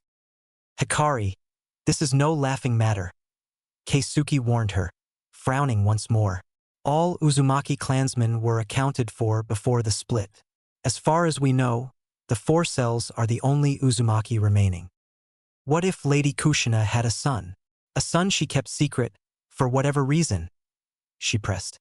"Ji-chan, if he is a relation, shouldn't we try to claim him? To help him?" she demanded.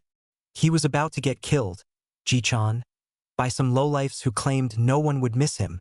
We can't let a clansman go down like that." From the look on Keisuke's face, Hikari could see she'd struck a chord in the older man's heart. Keisuke had lived for so long that he'd borne witness to the Second and Third Shinobi Wars, the former of which had seen his village and country destroyed at its onset, losing many clansmen in the process. He'd also watched as his homeland, his country, and his family was ripped apart by jealous nations. Ever since then, he'd vowed to protect the clan no matter what, and the idea of leaving a clansman, even a potential one, out to dry was hideously antagonistic to his vow. If the boy is Uzumaki, we will move in and secure him," he decreed, eliciting a look of joy from Hikari. He was quick to shut that down, however, with a frown. "But Hikari-chan, bear in mind that if he is Lady Kushina's son, that means it will be our duty to elevate him to clan leader, and to move our clan, as a whole, to Konoha. Do you understand that?" he asked. Hikari nodded seriously. Ido, Ihan. Staring at her for a moment, Keisuke sighed and nodded in concession. "Very well. Leave the clothes here. I'll have someone look at it. If he is one of us, I'll announce it later. Until then, not a word on this to anyone, clear?" he asked her seriously. "Crystal, Ji-chan," she confirmed. "Good. Dismissed." Keisuke waited until she'd left before turning his attention to the orange jumpsuit, a little torn by this revelation. While he'd never yearned for the leadership position of his clan, Keisuke could only feel apprehension at the idea of handing over control to a youth possibly younger than Hikari. Yet, as an elder of the clan, it was his duty to do so. The dilemma raged in his mind for a good 15 minutes before he sighed and scratched at his bald head. "Did you get all that, Akemi-chan?" he asked calmly. A ripple in the air behind him soon made way for Akemi to appear. I did, Koro-sama, she confirmed with a smile. Your thoughts? He asked. Akemi, while perhaps not out on as many missions as the rest of the clan, was nonetheless one of Keisuke's most trusted agents. Only those missions considered too hard for Raiden or Kamiko were granted to her, typically whenever Hiroki wasn't around. So far, she'd succeeded at every one. Hikari-chan means well, but maybe she's reading too much into this, the experienced Kunoichi opined. On the other hand, she seems fairly certain, and she did provide you with some evidence. I don't think it'll hurt to check out this lead honestly. I agree, the octogenarian shinobi agreed gruffly. Call in Eiji and Maki, and tell them to run an identification seal on the clothes. Make sure they don't blab about the results, either. I want as little people to know until I announce the results. Hi. With the sound of a rush of wind, Akemi was gone, the jumpsuit taken, leaving Keisuke alone with his thoughts. Back in Konoha, Naruto was discovering something incredible about his new clothes. They made him invisible. Well, okay, so maybe it wasn't that straightforward. The clothes were just clothes, and were most certainly not imbued with the power of invisibility. Rather, it seemed that the townspeople were so used to his orange jumpsuit that most of them just seemed to overlook him as he walked down the streets in his gray shirt and black trousers. Heck, now that he was missing the jumpsuit, he didn't look quite so bulky, either. Some shops didn't even notice who he was until it was far too late. Needless to say, Naruto found out just how much they were overcharging him when he managed to walk out of a store with his arms full of much-needed supplies at 3 times less the cost he usually paid. While he still felt some ill will towards his mysterious benefactor for taking his beloved jumpsuit, Naruto couldn't deny that his daily life had become marginally better. If nothing else, he wasn't found out as often, and he realized he could get away with many more pranks now that hiding wasn't such a chore. You try hiding wearing an orange jumpsuit? Even Ayam had complimented his new look, making the preteen blush in embarrassment as she'd gushed over his new look. When he'd cautiously asked her if he should ditch the goggles too, however, she'd shot that down, having seen how much he treasured them. She did, however, recommend he sling them around his neck instead. When he had, it had been all she could do not to glomp him right there and then, telling him instead that he looked damn cute with his hair down. Tucci had to intervene at that point, lest the poor boy's chastity become threatened. The ramen chef did, however, tell him he approved of his wardrobe change. Feeling a little more secure in his image now that his 2 precious people had acknowledged it positively, Naruto had all but strutted into the academy, proud of how he looked for once. Somewhat amusingly, however, Iruka apparently had trouble finding him amongst the students, having lost that precious orange Y beacon that always told him where Naruto was. Though the look did earn him some brief, appreciative glances from some girls, however, his school life didn't change much, to his disappointment. The girls still fawned over Sasuke, the boys either ignored him, were indifferent to him, or actively ostracized him, and only Iruka and Mizuki seemed remotely concerned about his education, though to be fair, Naruto had long since given up on that, seeing as how the other teachers had all been pretty much dead set on failing him. Recently, however, he'd begun to notice something strange. About a week and a half after he'd woken up at the fancy hotel room, he'd begun seeing strange people staring right at him. Now, usually this meant nothing to him, as people would always stare at him for one reason or another. This time, however, there was no orange jumpsuit to blame, nor were the gazes hostile. If nothing else, Naruto felt observed in a word, like the way his classmates sometimes observed a dissected frog or anatomical model that Iruka sometimes broke out for anatomy classes. At first, he felt he was just seeing things, but as the days progressed, he couldn't help but notice that there was always someone watching him. Whether it was a pretty teenage girl sipping some tea at the dango shop, or a rough-looking young man with piercings along his nose at the weapons shop, or even a total stranger eyeing him whenever he thought Naruto wasn't looking while eating at a Chiraku's, it didn't matter where he went, he felt watched, and frankly it was making every instinctive alarm in his body go nuts. The Konoha ninja, however, never seemed to act on the strangers. For some reason, they simply passed under the radar for most people. He'd once bumped into such a stranger on purpose, just to try and goad a reaction out of them, but the big man just grunted at him and mumbled something about real men watching their step, even as he tipped his straw hat forward to hide his face. He'd even tried to prank one of the watching strangers, only to have it mysteriously backfire on him and cover him, and his new clothes, in rather flamboyant glitter. To be honest, Naruto was starting to freak out again. The worst part about the situation was the simple fact that they weren't moving against him. If they were like the bullies who'd almost beat him to death, he could deal with that sort of situation. Heck, he was pretty good at dodging and evading pursuers whenever he wasn't pranking or goofing off.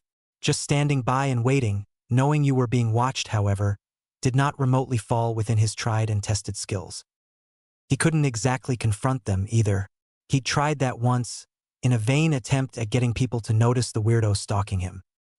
He'd waited until he was sure one of them was tailing him and then turned out grandiosely, arm extended and index finger pointed accusingly, only to find no one standing there behind him. Other than a squeak coming from a nearby shop, he couldn't even tell that anything was out of the ordinary. The townspeople who saw his extravagant gesture, however, just stared at him in either confusion, disgust, or a combination of both. Unfortunately, he'd tried to reason with the Hokage once about the strangers, but the old man's skeptical look had told him his complaint wouldn't be taken much too seriously. Naruto didn't blame the man, considering he had zero proof of having stalkers, other than a certain shy Hyuga heiress, but he didn't know about that. Little did he know, however, that the Sandaime Hokage Sarutobi Hiruzen did in fact take the complaint seriously. He could scarcely risk not to. Anything that might mean endangering the life of Minato and Kushina's only son and the living Jinchuriki of the Kyubi no Kitsune had to be investigated in full. Unfortunately, despite the old man's attempts and his deployment of ANBU forces to scour the village for any suspicious characters, the investigation had proven fruitless. Even the visitor's log at the front gates showed no evidence of suspicious characters, and the censor division hadn't notified him of illegal entries into Konoha via the walls, which were within the many wards erected to control illegal traffic. He'd even had Ibiki and Anko look into any possible breaches in security, but so far had come up dry. Which meant either Naruto was making up stories to get attention, or someone was capable of eluding even his best forces and infiltrate the village without his knowledge. Even scrying with his crystal ball had failed to turn up any viable suspects. Unfortunately, while his advisors and many ninja wouldn't be above accusing Naruto of lying for attention, Hiruzen believed otherwise. The boy was a troublemaker, there was no denying that, but he wasn't a liar. In fact, Hiruzen suspected there was little else the boy hated more than liars. Too many close calls that had nearly ended up getting him killed at the hands of two-faced civilians had seen to that. The problem with the natural conclusion, then, was that it meant that his village had been infiltrated under his watch and no one could find any trace of these infiltrators. For all Hiruzen knew, they had come in to kidnap the Jinchuriki and perhaps even set up explosives in a coordinated terror strike aimed at weakening Konoha. While the Sandaime debated these possibilities, however, Naruto felt even more panicked as he realized that nothing was being done about these watchers of his. No matter where he went, he could feel their gaze on him, and it was driving him crazy. Even at the academy, which was insanely close to the Hokage mansion to even consider spying on, he felt watched. Once, he glanced out of a window seemingly at random, and had spotted two figures standing underneath the tree with the swing, and he could feel their piercing stare aimed right at him. What the hell was going on? While Naruto and the Sandaime were on the verge of panic attacks, however, the shinobi clansmen of the Uzumaki clan were hard at work gathering intel on the boy they had been informed could be the next clan head. Not just a regent figure, but a bona fide clan head, descended from the very same clan head who'd stood side by side with Senju Hashirama, the Shodai Hokage and husband of Lady Mito himself. Lifting the ban on underage travel, Keisuke sent a whole platoon of the rising stars of the Uzumaki clan to infiltrate Konoha and investigate the young boy. Led by Raiden, whom Keisuke trusted to keep a calm mind, despite his aggressive tendencies, the team broke through the censor wards of Konohagakure as though it were mere child's play. Then again, with Maki and Eiji amongst them, it really had been, as the two proficient Fuinjutsu specialists had torn open a hole in record time as they tag-teamed the wards. It helped a lot that much of Konoha's wards shared the same basic setup as the ones that had been used in Yuzushigakure. Having the same basic blueprints meant that reverse engineering a way through had been pretty simple.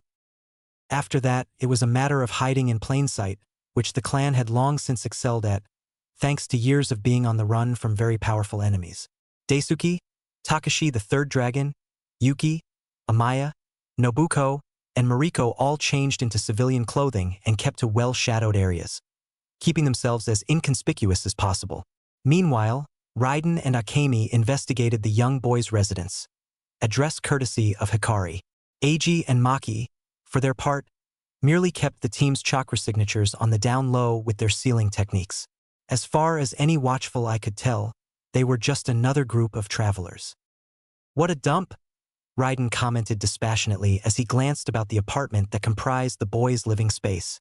He idly kicked an empty instant ramen container that was sitting on the floor. "We sure this kid's the real thing?"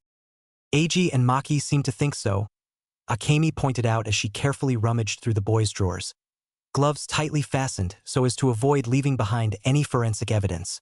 "And if Keisuke Koro believes them, so do I. That geezer's always too quick to trust," Raiden commented as he went through the boys' fridge. Picking up a carton of milk, he took a whiff before sneering in disgust. "Expired.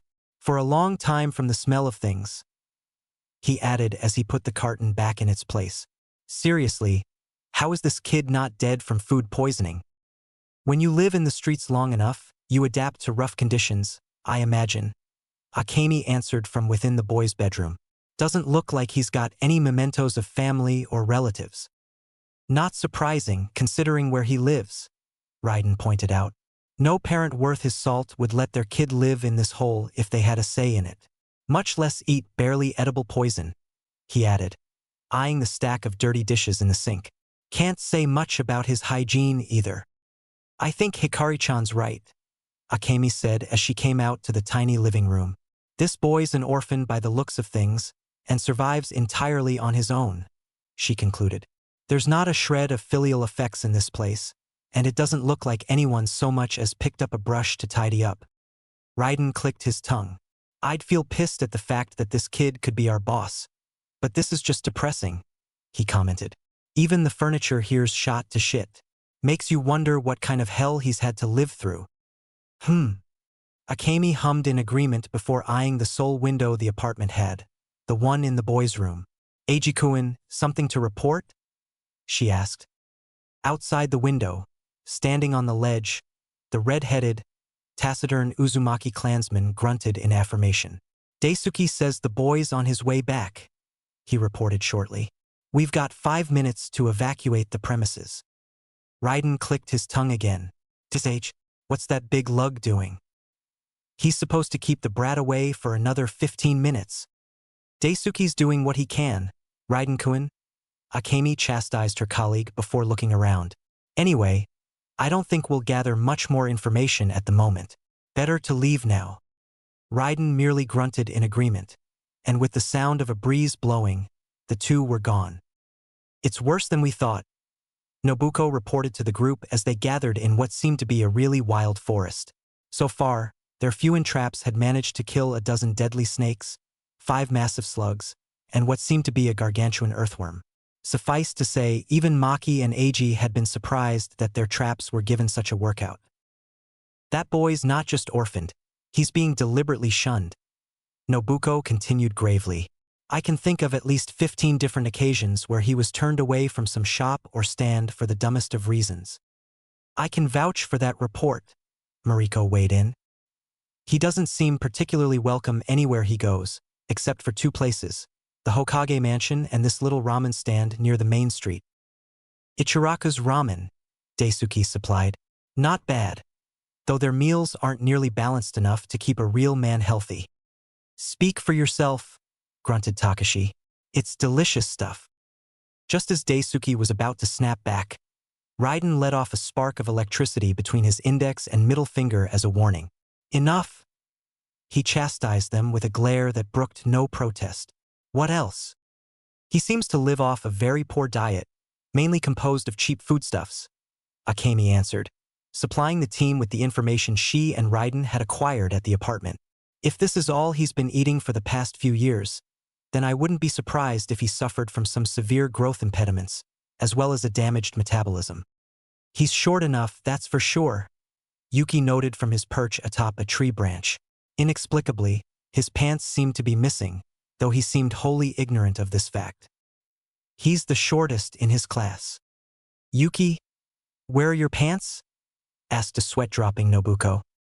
Motherf. Which wasn't nice at all, either, Amaya said with a pout as she recalled her observations throughout the week, ignoring Yuki's clothes disappearing act and his subsequent freakout. Most of the kids seemed content to either ignore him or bully him, she recounted. And the girls are even worse. Most of them just disparage him at every opportunity. Well, except for one. Yuki cut in, having retrieved his discarded pants. But then, I'm not sure what to make of her. She's probably hiding from him, Amaya said with a dismissive wave. You saw her. She couldn't get 2 words out while near him, and every time he looked at her, she'd blush and run away. She could have a crush. His love life aside. Raiden once again interrupted, feeling irritable by all the tangential observations being made. What's the conclusion we can draw on the boy? Is he Uzumaki or not? There was a moment of silence amongst the group as they pondered on that question. They all knew how much was riding on this, as Keisuke had told them in no uncertain terms that the results they produced would directly impact his decision as to whether approach Konoha or not. I can only really talk about what Eiji-kun and I found, but our seals were clear. He's got Uzumaki blood in him, Maki ventured with a raised hand and a nervous smile. Raiden always intimidated the crap out of her. And not distant relation kind of blood. He's a genuine first-degree descendant of an Uzumaki clansman. Eiji nodded in agreement at her assessment, eyeing Raiden for any signs of approval or denial. Unfortunately, he got neither, as the team leader's expression was blank. He's tough, Nobuko admitted.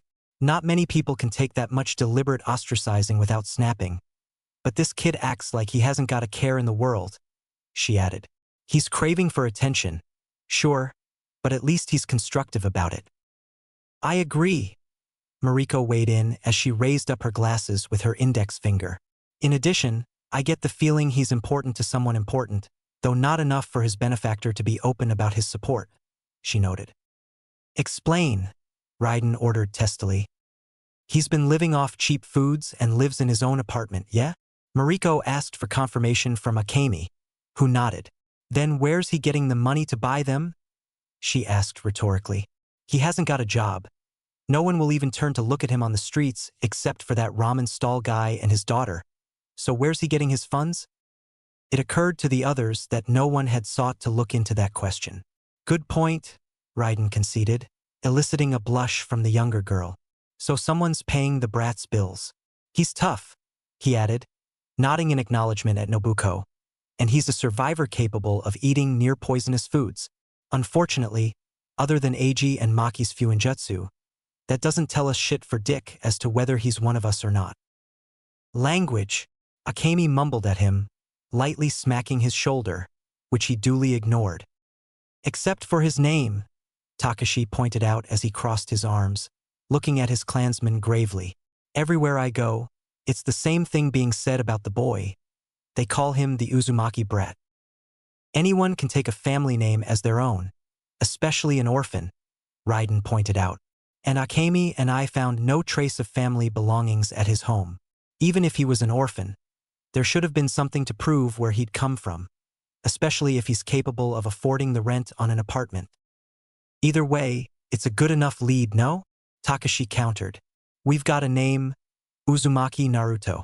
We've got Maki and fanboys techniques confirming that identity, he added, eliciting a scowl from Eiji. I say we go back to the old man and tell him what we've got. We're not bound to get much more.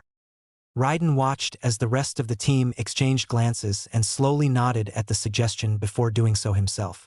Agreed, he confirmed. Eiji, Maki, deal with the censor wards. We leave in 10. Hi. I see, mused Keisuke as he listened to the team's report. This is troubling indeed. I don't see why, groused Natsu, sitting amongst the clansmen, a little ticked that he'd been left behind. For good reason, too, considering he had the subtlety of an electric-powered jackhammer in a crystal glass shop. He's one of us, right? Let's just grab him. Thwack. Within a moment, Natsu was on the floor as Keisuke retracted his hand from having chopped him on the head. "Quiet, you!" he chastised as he pondered things through, idly blowing out smoke from his pipe. "The evidence is still circumstantial, but I agree it merits perhaps a more direct approach," he judged. "With respect, Koro-sama," spoke up one of the adult clansmen. "Would it perhaps not simply be wiser to proceed as Natsu suggested? We don't know how Konoha might receive us after all this time, nor does it seem that they respect our name anymore, judging by the child's treatment." It was a valid concern, and one that, as Keisuke regarded the gathered clansmen, had many supporters. Whatever the boy's parental circumstances were, there was really no reason to go about disrespecting a clan that had for so many years stood by Konoha through thick and thin, leading right up to its own destruction. "I agree with the moron," Takashi grunted, ignoring Natsu's yell of indignation. "The brat's been treated practically like an animal. Other than his mysterious sugar daddy and that ramen chef and his daughter, and maybe his teacher, I can't really name anyone else who's got his back, even among his age group." Takashi's opinions started a wave of discussion throughout the crowded room as every member of the clan, from the age of 14 and up, discussed the team's findings, after having been briefed by Keisuke. The elder, for his part, watched quietly as small debate clusters formed, with some opinions threatening to get quite heated. For his own part, Keisuke had a theory to perhaps explain the boy's treatment, though it hardly justified it. Cross-referencing what he knew of Kushina's voyage to Konoha with the fact that this lost clansman was most likely her son, there was only really one logical explanation. "Enough," he declared, raising a hand. Almost immediately, the room quieted. "I understand your concerns, but I may know why he has been treated so badly," he announced. "Not many of you may know, but before Lady Mito married the Shodai Hokage, she was dragged into a fight between the original founders of Konoha, Hashirama-sama and Uchiha Madara." He informed them, and was quite pleased to see the various scowls of disgust at the Uchiha name. The Uzumaki had long held a history of animosity against that clan in particular, greatly disliking the Sharingan's infamous ability to copy techniques. For a clan of Fuinjutsu specialists, nothing was more abhorrent than plagiarism. "Everyone knows the story of the Valley of the End, GG," Natsu groaned. "Get to the good part." Thwack! Another chop to the head quieted the boy, causing the room to sweat drop as they watched the irritated elder retract his hand once more.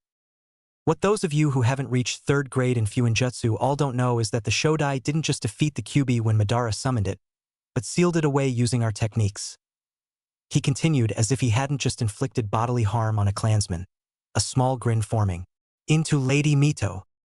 Dropping that bomb had its desired effect, as nearly everyone in the room that hadn't chosen to become an expert in Fuin techniques looked gobsmacked.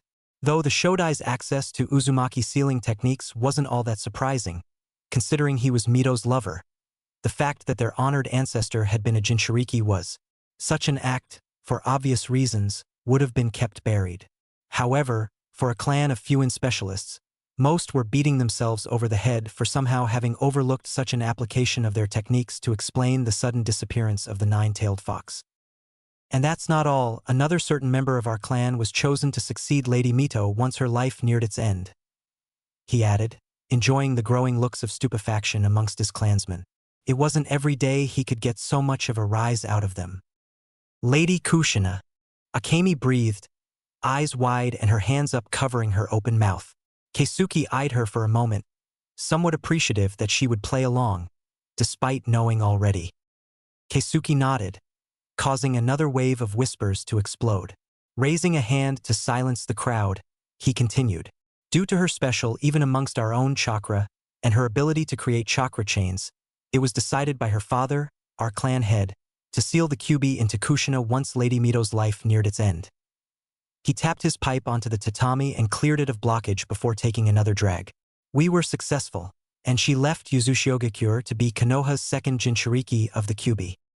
"Much as I'm loving the history lesson, Gramps," Raiden grouched, having known all of this already. "What's that got to do with anything?" A tick mark developed on Keisuke's forehead at the rude interruption. Unlike with Natsu, however, he didn't raise a hand against his grandson. Not out of favoritism, really, but just because Raiden wouldn't shut up even if he did. "I was getting to that. he grouched. Honestly, I'm old. I like to take my time with things. Cue mass sweat drops. Coughing slightly, Keisuke glanced both ways shiftily before continuing. Anyway, where was I? Oh right, Kushina became the second Jinchuriki. She died, we got screwed over. He summed up, causing more sweat dropping. Nonetheless, he began to grin mischievously. But here's a question I have for all of you. If she died, and we know she did, where did the Kyuubi go? Silence. Keisuke enjoyed the way they stared at him, having honestly not given thought to the most fearsome of the Bijuu's disappearance 13 years ago. I admit, I hadn't thought of it myself until now. Like most of you, I suppose I took it for granted that perhaps Kushina had sealed the Kyuubi inside her when she died. Taking it down with her, Keisuke conceded. Yet it begs the question, doesn't it? Bijuu can't be killed, we seal masters know that. He saw the appropriate section of his clansmen nodded at that. Even if it had, let's call it, died, it would have regenerated at some point. And the only way to keep beasts of that level out of trouble longer than that is to seal them away. But not every object can hold a Bijuu, especially not the Kyuubi. So, naturally, we must conclude that it was sealed into someone else. He paused again to enjoy another drag of his pipe. So who was it? He asked calmly. Again, silence reigned in the room until Hikari shakingly got to her feet, looking stunned. That boy, he's the Jinchuriki of the Kyuubi? Makes sense, don't it? Keisuke said with a knowing smile, even as the room exploded into shouts of surprise and negations. We know the Yondaime was the one to defeat the Kyuubi. Konoha's been bragging about it for years. Cue a few grumbles of agreement. Over the years, they'd come across many a Konoha ninja gloating about the victory of the Yondaime over the fearsome Kyuubi. And now know that, like Hashirama-sama and Mito-sama, he had access to our seals through Kushina. It's only logical that he used them to seal the Kyuubi into a child, the best possible host for such a beast. This is why Konoha will never just let him leave the village. He's far too important a strategic asset for them to let him walk away. Demonstrating why he was the one in charge of the Uzumaki exiles, Keisuke watched as his logic brought them all around to his side. That having been said, Konoha might not have honored our sacrifice, but we honor our loyalty to family, Keisuke reminded them, causing more than a few to straighten their spines. And the Senju were family. That boy, charged with Lady Kushina's burden, is family. We are Yuzushiogekure's Uzumaki clan, which means we stand for each other, or else? He prompted. We all go down as one. He heard his audience voice, the time-honored answering call that served as the clan's motto. Keisuke smiled in self-satisfaction, pipe in mouth, and nodded as he crossed his arms over his diminutive chest. Damn right. Now let's go get us a lost clansman. Naruto was having a bad day. No, that word wasn't quite enough to describe the feelings he held for today. In fact, if he had to describe how he felt, he would have said a mixture of rage, impotence, sadness, and resignation. What had happened to cause such a shift in the boy's state of being, you ask? The graduation exam. For the third time he'd failed the damn exam, and always on the very same part. The bunshin. Naruto couldn't fathom why, but he'd never been able to produce a decent bunshin in his life, even when he trained at home or at the training grounds. No matter what he did, he'd never pulled it off, and a large part of him felt it was patently unfair that one of the required qualifications for graduating was the ability to pull it off. After all, he'd never needed it to escape his pursuers before, so why was it so critical for him to learn it? Unfortunately, he knew Iruka would never let him pass without knowing it, no matter how much he protested. Sighing despondently, he watched as parents came to pick up their kids, congratulating those who had passed, those being all but him. Even Choji and Shikamaru's parents had come by and gushed over their kids. Kiba's mom had given him a small love tap on the head before giving him a congratulatory noogie. He winced slightly as he watched a few glare his way and start muttering, knowing full well they were once again disparaging him. A few mean ones even spoke aloud about how great it was that he'd failed. Naruto felt a twinge of something dark rise up in him as he heard them ridicule him, but he ruthlessly squashed it down. He wouldn't give them the pleasure of seeing him break down, no matter how tempting the thought of doing so was. He was just about to leave, however, when he saw Mizuki, Iruka's co-teacher. Come up to him with a smile and a wave. Naruto liked Mizuki. Unlike Iruka, he seemed happy to lend a hand. Sucks about your exam, Naruto? The kind teacher said with a commiserating smile. You know, I did try to convince Iruka to give you another chance. But you know how he is. Naruto looked down sadly. Yeah, man. He's so uptight. Why can't he give me another shot? He demanded a little angrily, but also sad that the man who regularly treated him to ramen couldn't even understand that he was asking the impossible of him. I think he's tough on you because he sees a little of himself in you, you know. Mizuki comforted the boy, making Naruto look up in surprise. After all, he wasn't exactly the model teacher he is now back when he was your age. Heck, I think he would have given you a run for your money. No way. Naruto breathed with growing wonderment. Straight-laced Iruka? A hellion like him? Inconceivable. Way. Mizuki confirmed with a smile. You know, he's an orphan too. When he was younger, pranks were the way he had others pay attention to him. So don't be too hard on him, alright? He's probably trying to set you on the right path. Naruto looked down, absorbing this new facet of his straight-laced teacher. Still, he mumbled, downtrodden. It would have been awesome if I could have graduated. Mizuki fell silent and gave Naruto a careful look. You know, if you really want to impress him, I may know of a way.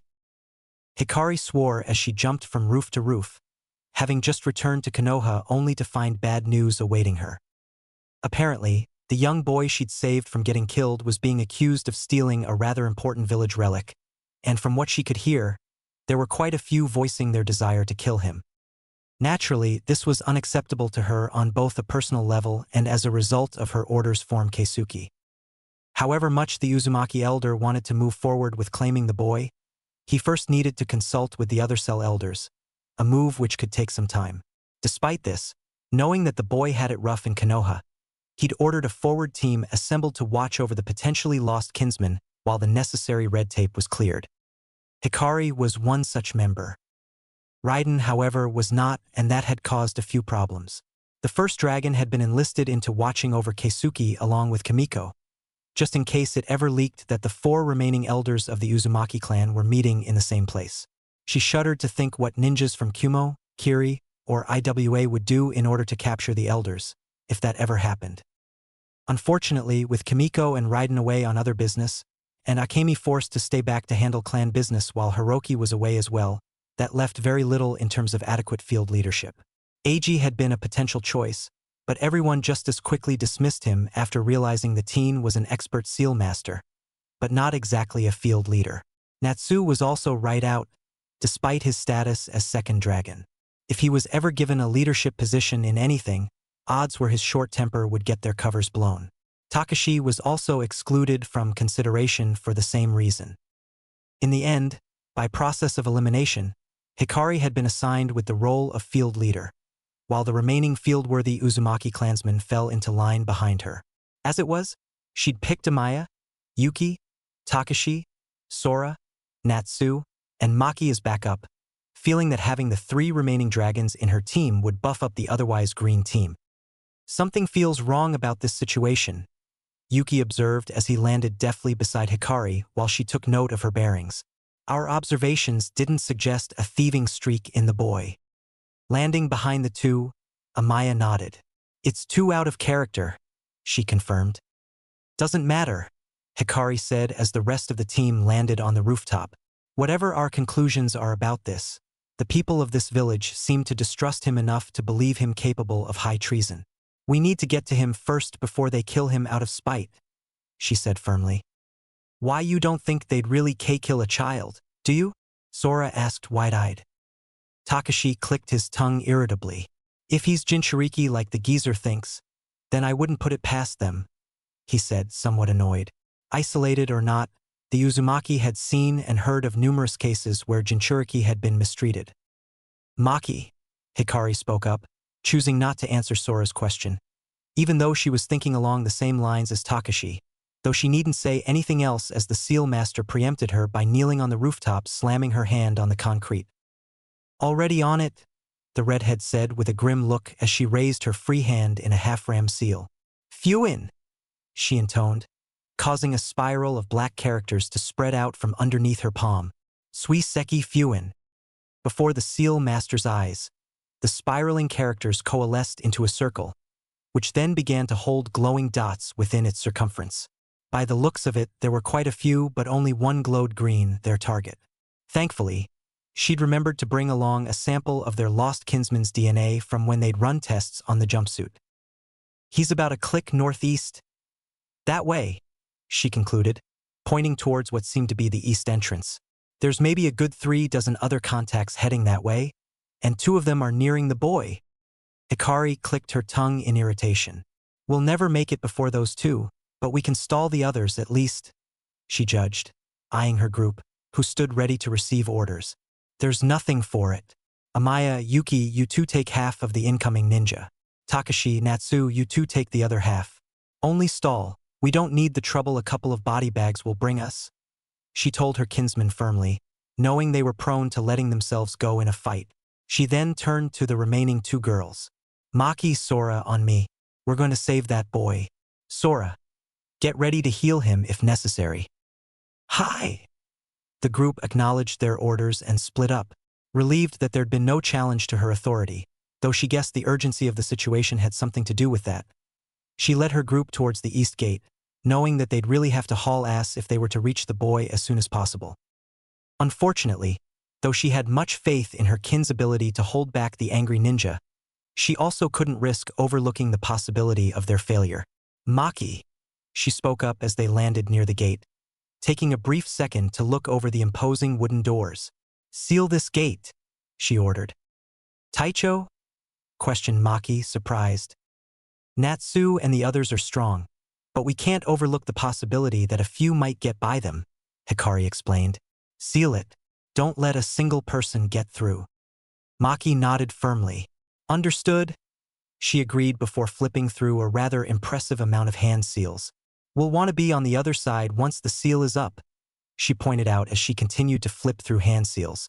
Without further ado, the trio jumped past the gates, with Hikari glancing back just in time for Maki to twist around mid-landing and slam both hands on the ground. Fuin, she called out, causing the ground to suddenly spurt hundreds, if not thousands of ink-black characters, all erupting from underneath her palms in a massive, swirling fashion. Hayakuju Rashoman Fuin, she roared as she brought up her hands, pointed them, palms up, fingers clawed, at the open gate, and then brought her hands together in front of her in a clap. As though by magic, the gates groaned as they were forced to close with a speed they were unused to, slamming shut before their eyes. This wasn't the end of Maki's technique, however. As the 2 great spirals made of characters before her shot a single line of the ink-black characters at the gates, then raced across its frame until they formed a large X shape. Maki was breathing hard when the technique finished, which was announced when the cross shape glowed green. That ought to keep them at bay for a while, she said, swallowing loudly. They can still go over the walls, though. I can't do anything about that. Not without Eiji-kun, she pointed out, landing heavily on her rear and holding herself up just barely. To be honest, had she done the sealing with her partner, she wouldn't have been this exhausted. Performing such a high-level sealing by herself, however, was incredibly draining.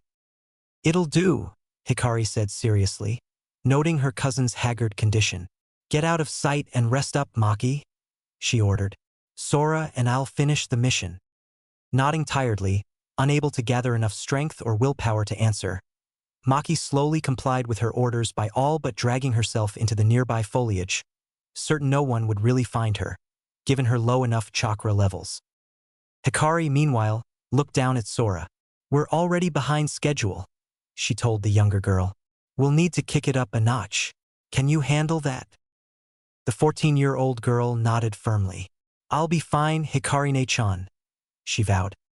Nodding in satisfaction, Hikari put the pace on the last leg of the chase by jumping for the furthest-most tree she could feasibly reach, almost vaporizing the branch she landed on with the amount of chakra she'd put into her feet. To the 4th dragon's credit, she landed on a branch just opposite of Hikari's, and didn't seem too shaken by the fast pace she was being put through. Hikari smiled. Maybe they'd be able to get there on time after all. Remember when Naruto said he'd been having a bad day? He took that back. Today sucked. Mizuki, that treacherous, backstabbing asshole, had played him. No, not just played him, but used him. As instructed, he'd taken the forbidden scroll from the Hokage mansion, even going as far as using his patented Oiroke no Jutsu against the old man himself. While that had been amusing, to say the least, he'd been surprised at how easy it was to get the scroll, considering it was supposed to be a priceless relic. Why hadn't there been more security measures? At the time, Naruto had brushed such concerns off, or rather, completely overlooked them. Figuring this was proof enough that this was a legitimate make-up test for those having failed the graduation exam, he'd taken the large scroll and scampered off. To be honest, he'd felt like he'd gotten away scot-free, but apparently someone had tipped the village off. Only now did Naruto realize it had been Mizuki's plan all along. As instructed, he'd taken the oversized scroll. Seriously, was someone overcompensating or something? To a clearing outside the village walls. Odd. But who was he to question a teacher? Where he'd sat waiting for Mizuki for exactly 1.5 seconds before his ADD kicked in. Figuring he had nothing better to do. And hey, forbidden scroll of awesome sitting next to him. He'd opened the monument to ninja overcompensation and started reading through it, only to find a couple of boring as hell seals, a few techniques that sounded lame, and then he'd hit the jackpot. The Kage Bunshin. Seeing the name of his most vile and repudiated of enemies, Bunshin, Naruto felt his stubborn competitive streak activate in full force as he vowed to get this technique down, fist shaking in the air and all. He'd show everyone. No technique would get the better of him. Of course, Naruto was so obsessed with beating his eternal foe that he'd overlooked the fact that he was not, in fact, attempting a Bunshin, but a Kage Bunshin. Thus, when he celebrated getting the technique down after surprisingly little tries, he'd thought he'd mastered the Academy Bunshin. It wasn't long after, however, that he'd been made aware of how played he'd been. Iruka, the ever-dependable goody two-shoes, had arrived first, surprising Naruto. Grinning like the idiot he was, he'd rubbed the back of his head and asked Iruka if he'd passed the makeup test, only for the teacher to look at him as though he were mentally unstable. It was only after mentioning Mizuki that Iruka finally put the pieces together, and just as Iruka was about to give an exposé about how Mizuki was a traitor, said backstabbing wonder arrived, pinning Iruka to a nearby shed with kunai, and offered to tell Naruto why everyone hated him. And hey, between a lecture from Iruka or juicy secrets regarding why his life was a living hell, Naruto's choice was a no-brainer. Of course, he'd never expected to hear that he was the Kyuubi no Kitsune, which was odd, really, since he'd never really felt like a fox. Nor did he especially like rare meat. Did foxes even eat ramen? In fact, how did a demon of that size become so tiny? Shouldn't he have been much more powerful from the get-go? Moreover, if he was a giant walking disaster of nature dedicated to the destruction of all living things, then was it really wise for them to antagonize him? Naruto didn't voice all of these concerns, but it did strike him as extremely lazy reasoning. Either way, Mizuki had come in, given his rather, in Naruto's opinion, cliché speech about how everyone hated him, even Iruka, and how he'd never be loved. Okay, so maybe it was cliché, but it still hurt hearing it. In Iruka's defense, however, the man was busy shielding the forbidden scroll, or so Naruto thought, from Mizuki. "Naruto, run!" his teacher shouted urgently at him, just as Mizuki made his move and threw the massive Fuma Shuriken he'd been carrying around. With predictable results, as Naruto was still rooted to his spot, Iruka was forced to tackle Naruto to the ground, only to get his back nailed by the oversized shuriken. "Gah!"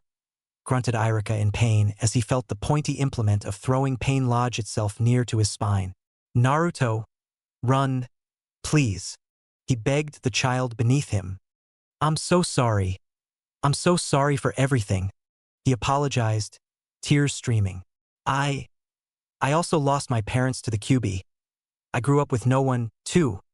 You must have been in so much pain, so I wanted to be there for you like no one was there for me." Naruto was touched. Really, he was. He'd never heard anyone say anything like that to him before, or even looked at him with eyes that reflected nothing but caring and honesty. Even so, this was all too much for the boy, and he quickly scampered off with the scroll, needing some time alone to process things. "Ha?" gloated Mizuki as he watched his prey run away. "See, Iruka?" he continued with a smirk. That brat's never going to forgive anyone. He's the QB. I think I'll go do the village a favor and kill him now, since you won't be any trouble anymore. Iruka watched helplessly as Mizuki jumped away, unable to follow, slamming a fist onto the ground angrily. He cursed himself for his weakness before slowly collapsing as his wounds began to take their toll on him.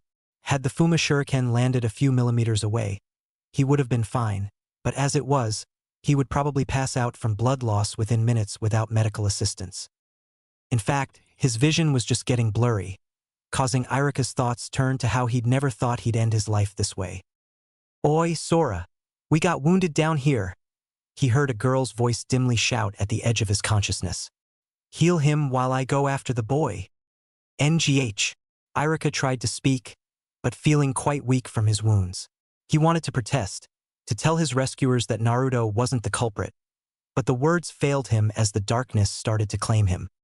Meanwhile, Sora looked at her patient worriedly as her hands glowed green, healing chakra working feverishly to repair the many wounds. "Ayaya. You've been hurt badly, Nichan," she mumbled as she worked. NGH. Iruka grunted painfully as he was forcefully kept from passing out from the pain. "Calm down, everything's going to be fine, Nichan." She comforted him as the wound in his back began to slowly seal up. "Don't move and I'll be done in a jiffy." Naruto. Iruka moaned in pain. Sora's expression lit up at the name. "Is that his name?" she asked happily as she continued working. "Then Hikari-chan will see to it that Naruto-sama is safe and sound." "Sama?"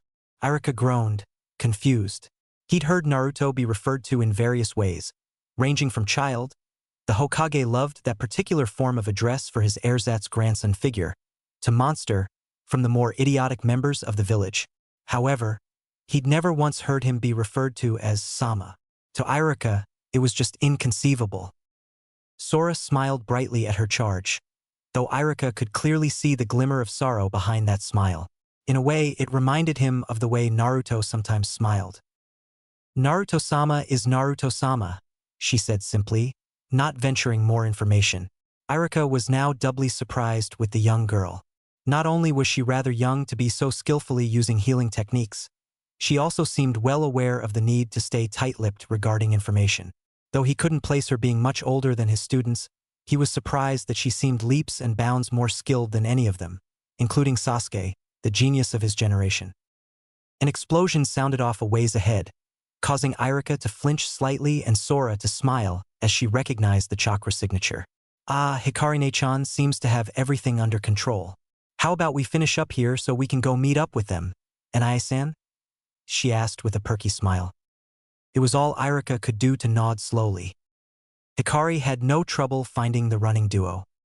Naruto, as untrained as he was sadly leaving behind a rather obvious trail that made it easy for Mizuki and Hikari to track him.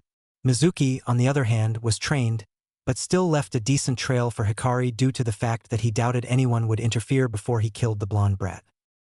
Sadly for him, Hikari was in a rather foul mood given the circumstances, and so was in no mood to humor the traitor as he went about his homicidal objectives. Jumping from tree to tree, she reflected on the situation at hand. Before leaving the Uzumaki compound/village, Keisuke had taken her aside to impress upon her the gravity of her mission, not that it wasn't plainly obvious as it was. Still, his words that moment resonated within her even now. Keisuke, dressed in his traveling gear and partaking from his favorite pipe, frowned at Hikari seriously as he sat cross-legged before her on the tatami mat. "Tell me, Hikari-chan, do you know why it is that despite so many of us still living, our clan has not chosen a new leader since Lady Kushina's demise?" he asked her after blowing out some puffs of smoke. Hikari frowned back, honestly not knowing the answer. Then again, she hadn't exactly asked herself that question before, due to the fact that most Uzumaki clansmen just accepted the current status quo. In such situations, short of actually desiring power, not many would question the way the group was being led.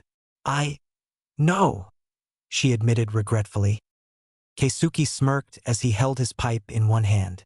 "Nor do the others," he said, comforting the girl. "Yet, the answer is simple. None of us can become clan head." Hikari blinked at that answer, feeling more confused than before. Don't understand. Couldn't you become clan head, Gigi? She asked. Indeed, if Keisuke declared himself clan head, she doubted anyone in the group would protest. After all, everyone understood that the man who'd kept them safe all these years had been him. Keisuke gave a brief, true laugh at the question. There was no hint of mockery in it, either. Oh, Cammy, no, he said, still chortling. What a terrible idea. Me? Clan head? I'd rather chew my foot off. Hikari's sweat dropped at the elder's rather candid response. Hikari-chan, clan heads of the Uzumaki aren't chosen due to skill or influence, he told her simply after he'd regained self-control. Taking a drag from his pipe, he let out a small stream of smoke. Were it so, any arrogant brat could challenge the head for his position. Hell, that idiot Natsu would be all over that, I imagine, he added with a snort. Sadly, Hikari couldn't deny that, causing her to sweat drop. Clan heads in our clan are chosen differently, he said, though something about that response nudged at her curiosity. Was he perhaps keeping something to himself on that subject?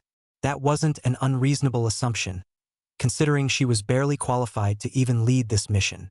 We don't choose the most powerful member of our clan, nor the most political, because they don't represent all of us, he explained. A clan head must be strong, yes, but he must also be wise. He must be influential but grounded. More importantly, he must unite the clan behind him, he stated, nostalgic sadness oozing from his tone. That is why no living elder of our clan or active member can become clan head. None of us can unite the clan. Hikari blinked again, a little unsettled by that claim. But the clansmen here love you, Gigi, she protested. If you put your claim forward, we'd back you up in a heartbeat. And what of the clansmen in the other cells? Hikari was brought up short by that question. Keisuke sighed as he blew some more smoke idly. Hikari-chan, you're very kind to saying you'd all here back me up, but our clansmen here are but a fraction of the clan, he reminded her. Just as you see me as your leader, so do our kinsmen elsewhere see their elders as the natural choice for leadership, he informed her before gazing out the window at the setting sun. We do not try to take the position of clan head, then to avoid bitter power struggles. I have already seen so many of my family die, Hikari-chan. I do not want to have to kill any of them for a title I do not even want. She sat there, stunned by the elder's words. She, to her shame, admittedly had wondered why Keisuke had not simply laid claim to the title of clan head. She knew Raiden had also wondered, as he often complained while drunk, that the old man should have the stones to seize what was naturally his. Looking at Keisuke now, however, Hikari could see every single year of his life reflect on his image. He didn't look weak by any means, but he did look tired. So very tired, it seemed, by the way he slouched and gazed out at the red sun with eyes that seemed torn between the present and a distant, comforting past. Why are you telling me this, Gigi? She asked after giving him a moment to reminisce. Because this boy, if he is who we think he is, could finally change things, Keisuke answered without breaking stride. A bona fide descendant of the former clan head, born outside of our self-imposed divisions, could unite the cells and bring our family back together again, he added as he turned to face Hikari. I am entrusting the fate of our family to you, Hikari-chan. See to it that nothing happens to the boy, whatever the cost. She understood why Keisuke wanted the clan head lineage alive. With so few Uzumaki left, now was hardly the time to remain divided. Yet, without the division the elders had imposed on the day of Lady Kushina's death, they would have easily been hunted down by their enemies, and the family wiped out. Still, as Keisuke had said, a new clan leader could change all that. If nothing else, he could be their way into a new village. At least, until the day came when they would reclaim Uzushiogakure. It didn't take a genius to figure out that, for all its happy facade, the clan wasn't exactly doing well. Behind the smiles and parties, she knew that most of the clansmen were just going through the motions. She could tell just by listening in on Uncle Hiroki's stories about his youth, or that of Keisuke's. Even Aunt Nana reminisced from time to time, as did the other adults. It pained her to see her clan hurting so much. Without Uzushiogakure, without the clan heads to give them direction, the Uzumaki had been slowly decaying.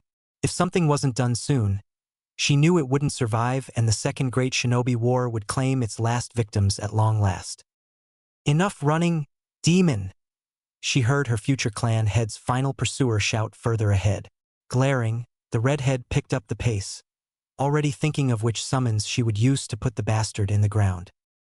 Meanwhile, Naruto was backing up against a tree, the forbidden scroll kept close to his chest. Literally. As he looked at Mizuki, somewhat terrified. Any other day? He would have charged blindly. He was good at that, after all. This time, however, he was clearly informed of how outmatched he was, having seen Iruka go down rather easily. That's right. Give it up. Mizuki was leering at him dangerously and goading at him to give him the scroll. Just hand it over, and I'll be sure to make it quick. Now, Mizuki might not have been of Jonin rank, but he was still a trained ninja of Konohagakure.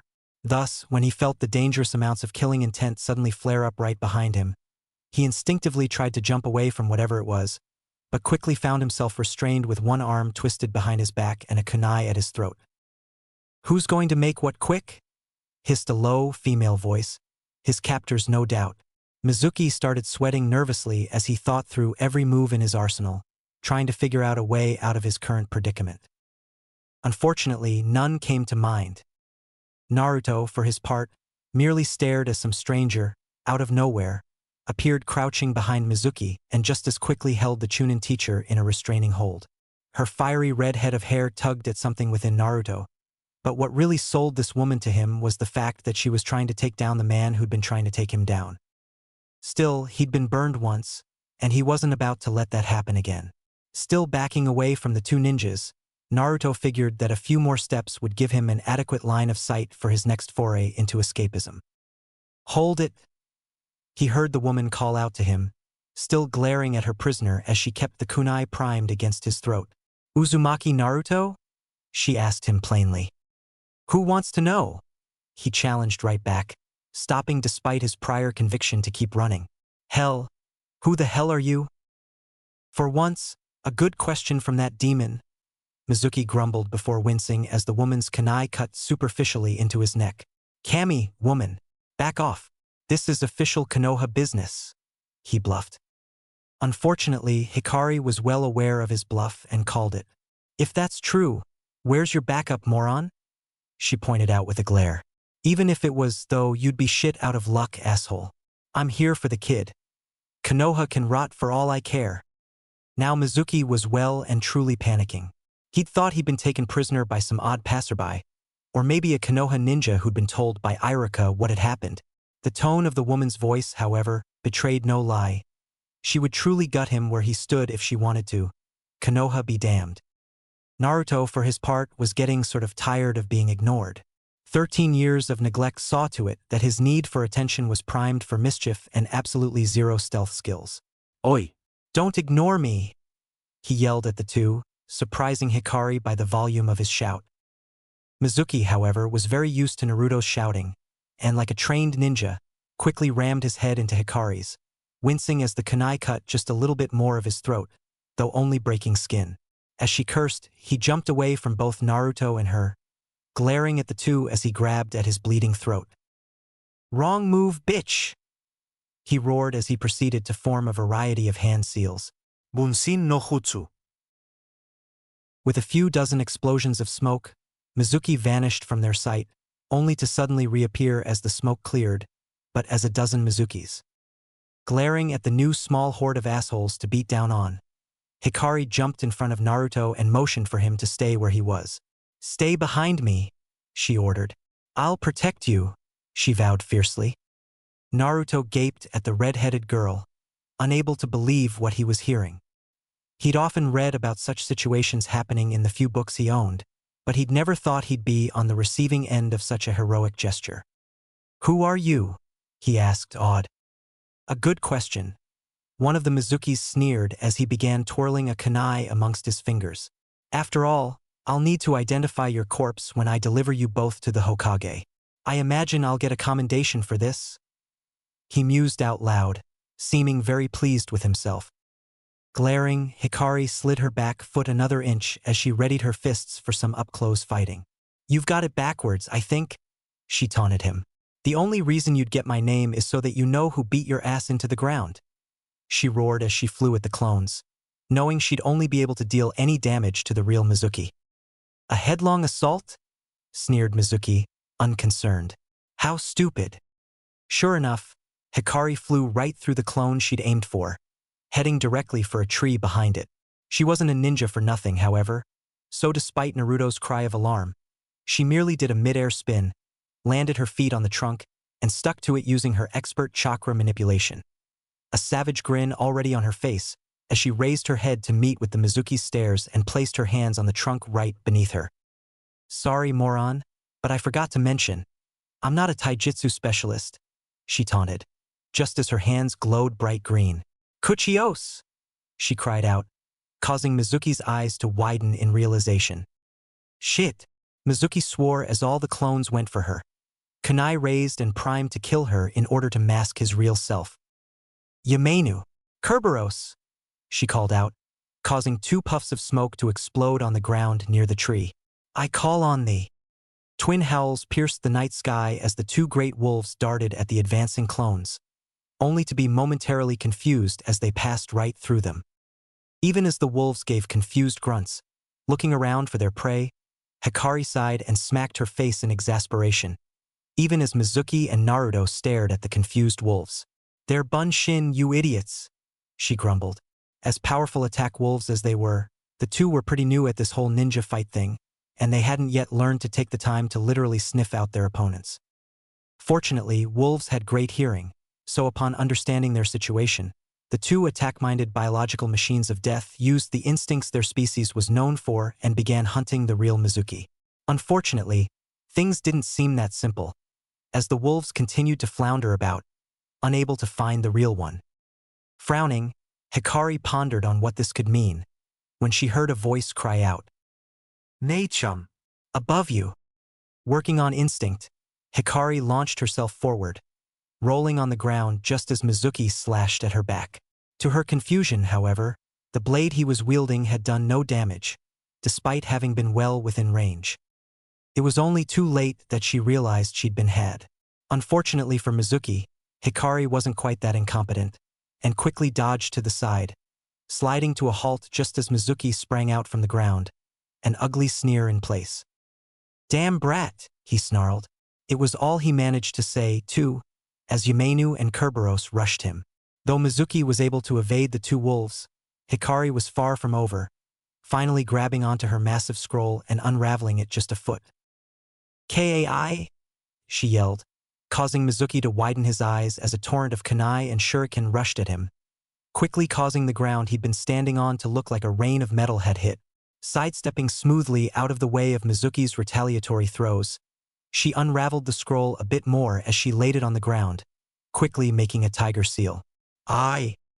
This time, Mizuki was unpleasantly surprised to find 2 torrents of fire and water racing at him. Apparently, when the woman had told him she was a Kuchio specialist, she hadn't been kidding. Who knew what else that damnable scroll of hers held? And speaking of scrolls, every second he spent fighting the obviously quite strong girl meant he came closer to getting caught trying to steal the forbidden scroll. Of course, this whole caper would have been over by now if that damnable woman hadn't interfered with his little hunt of the demon brat. Wait. A heinous idea popped into Mizuki's head as he dodged another hail of sharp stabbing implements. All this time, he'd been trying to take on someone who was quite obviously better than him, when her weakness was all too obvious. Timing it perfectly, he waited for the next summoned strike to hit him before bursting into smoke, suddenly replaced by a log. Hikari looked around suspiciously, considering that she was still quite surrounded by Mizuki's harmless bunshin clones. Still, he'd shown considerable mastery of the clones, if he'd been able to control them to seemingly act independently, something she knew was incredibly difficult and a testament to the man's chakra control. Where is he? She muttered to herself. He would never allow a man so determined to kill their future clan head to get away. Not on her watch. Oi, Nei-san, where'd the bastard go? Called out Naruto then, causing her to pale as she realized what Mizuki had seconds ago. Naruto-sama! She let the honorific slip out unconsciously, confusing the boy. Jump!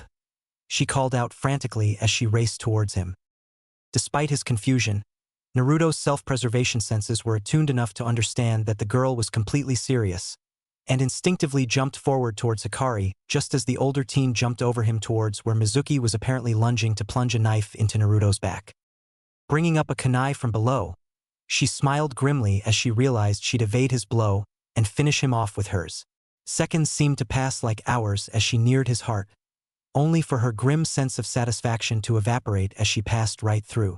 A Bunshin clone. "Oh, sh," she started to swear, only for the ground beneath her to burst, revealing two hands that grabbed at her legs and pulled her into the ground. Reappearing in front of her, Mizuki sneered down at her, only for Yamenu and Kerberos to launch themselves at him. Unfortunately, this one, too, happened to be a Bunshin. "Stupid dogs," he mocked them as the dog pile worked to extricate themselves from each other. "They're wolves," Hikari growled as she looked up at the traitor, fully aware that she'd been played. "Whatever," Mizuki brushed her words off. "A mutt's a mutt. Now, if you'll excuse me, I've got a demon to kill and a scroll to steal," he said as he moved towards Naruto, who once again seemed of a mind to dart off. "Don't run," she called out to him. "He's aiming for that.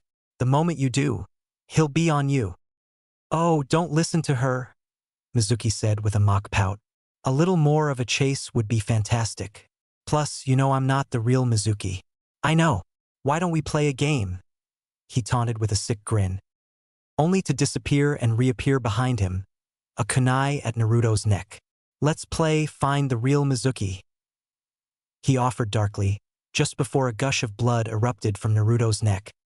Yelping in pain, the blonde nonetheless managed to get away just before the kunai managed to cut deep enough to nick his carotid artery. Damn. Now he was as wounded as that bastard was. Wait. Wounded? Naruto gazed at the Mizuki clones still littering the clearing, paying direct attention to the traitor's neck. No blood. That was impossible. Mizuki had been wounded by the captured Neichan before the fighting had begun, right? So naturally any of the Mizukis who weren't bleeding from the neck were fakes. "Oi, Neichan," he called out to the red-headed girl, who was still trying to extricate herself from Mizuki's trap. Unfortunately, he'd managed to land some paralysis tags on her legs, preventing her from using her arms to get out. The irony was not lost on her either. "Can those do?" He paused, noticing the wolf's glare. Wolves track blood?" Hikari blinked at Naruto, unsure where he was going with this. "Yeah, of course, why?" she asked. "That asshole Mizuki got nicked when you captured him, right? But his clones are fine." Eyes widening, Hikari realized the brat was right, and just as quickly wanted to ram her head on the ground for being so stupid. After all, how could she have overlooked such a ridiculous detail? "Yamenu, Kerberos, sniff that bastard out," she ordered her summons. Mizuki, for his part, was not pleased with this turn of events, and his clones reflected that by glaring at the duo. "Sharp little pest," he growled before giving another sick grin and suddenly reappearing beside Hikari's head, kneeling beside her and keeping a kunai to her throat. "Still, I've got the upper hand here. So back off, mutts," he ordered the two advancing wolves. "Or else your summoner gets to meet the Shinigami." "Ignore him," Hikari counter-ordered. "Sick the bastard." The two wolves, however, could not do something that would endanger their summoner. It simply went against the summoning contract. Thus, left without recourse, the two wolves spared Naruto and Hikari a regretful look before disappearing in a puff of smoke. Sneering, Mizuki withdrew the kunai from Hikari's throat, raising himself to his full height to gloat at his victory. Unfortunately, he hadn't counted on Naruto's streak for unpredictability. Before Mizuki was able to speak a single syllable, something large and heavy rammed itself into his face, knocking him flat on his back. Blinking away the stars, the Konoha traitor realized he'd been beamed with the forbidden scroll. Just in time for Naruto to close the distance and launch himself at Mizuki's fallen form, landing a solid punch into the man's bruised face. Mizuki, however, wasn't a chunin for his looks alone, unfortunately. Pushing Naruto roughly off of him, he jumped onto his feet and glared at his former student viciously. "Little brat." Before he could react more appropriately, however, Mizuki stopped short as he noticed that the blonde had his hands set up in an unfamiliar seal. Unfortunately for him, however, his temper had run its course, and so he was well beyond his usual caution now. "I'm going to enjoy gutting you, you little demon!" he roared as he charged the awaiting blonde, who just prayed his jutsu would work. "Run!" Hikari shouted frantically as she tried to fight the restraining seals. Naruto shook his head, his gaze steadier than it had ever been. "No more running," he said with a sort of strange, calm detachment. Pumping as much chakra as he could, figuring that more would be better, he called out the name of what would, years from then, become well known as his signature jutsu. Hokage Bunshin no Jutsu. Sarutobi Hiruzen, Sandaime Hokage of Konohagakure, didn't know what to make of this situation. Standing before him, in varying degrees of sheepishness, were a group of foreign ninjas, plus Naruto and a somewhat healed-up Iruka, who had not only breached village security, but also put a healthy amount of the ninjas out for Naruto's head in the hospital. Even so, just looking at them standing there before his desk was starting to give him a headache he normally associated with bad days at the office. Read. Tons of bureaucratic paperwork to go through. Most of the foreigners didn't seem even remotely concerned that they'd been caught assaulting Konoha citizens after having illegally infiltrated the village. Had this been Kirigakure, he had no doubts that his counterpart there would have had them all executed on sheer principle. From left to right, he examined the varying shinobi who dared make a mockery of his village's security systems and had so brazenly interfered with his ad hoc covert operation to see who had tasked Naruto with stealing one of the most prized relics of his village. The one at the furthest left was a young, lightish red-haired boy who seemed to have an aversion to shirts, given that all he wore was a pair of loose slacks and a protective vest that wasn't even buttoned up. Honestly, considering he'd been caught fighting numerous of Konoha's finest in close-quarters fistfights, it was a miracle he hadn't been more severely injured.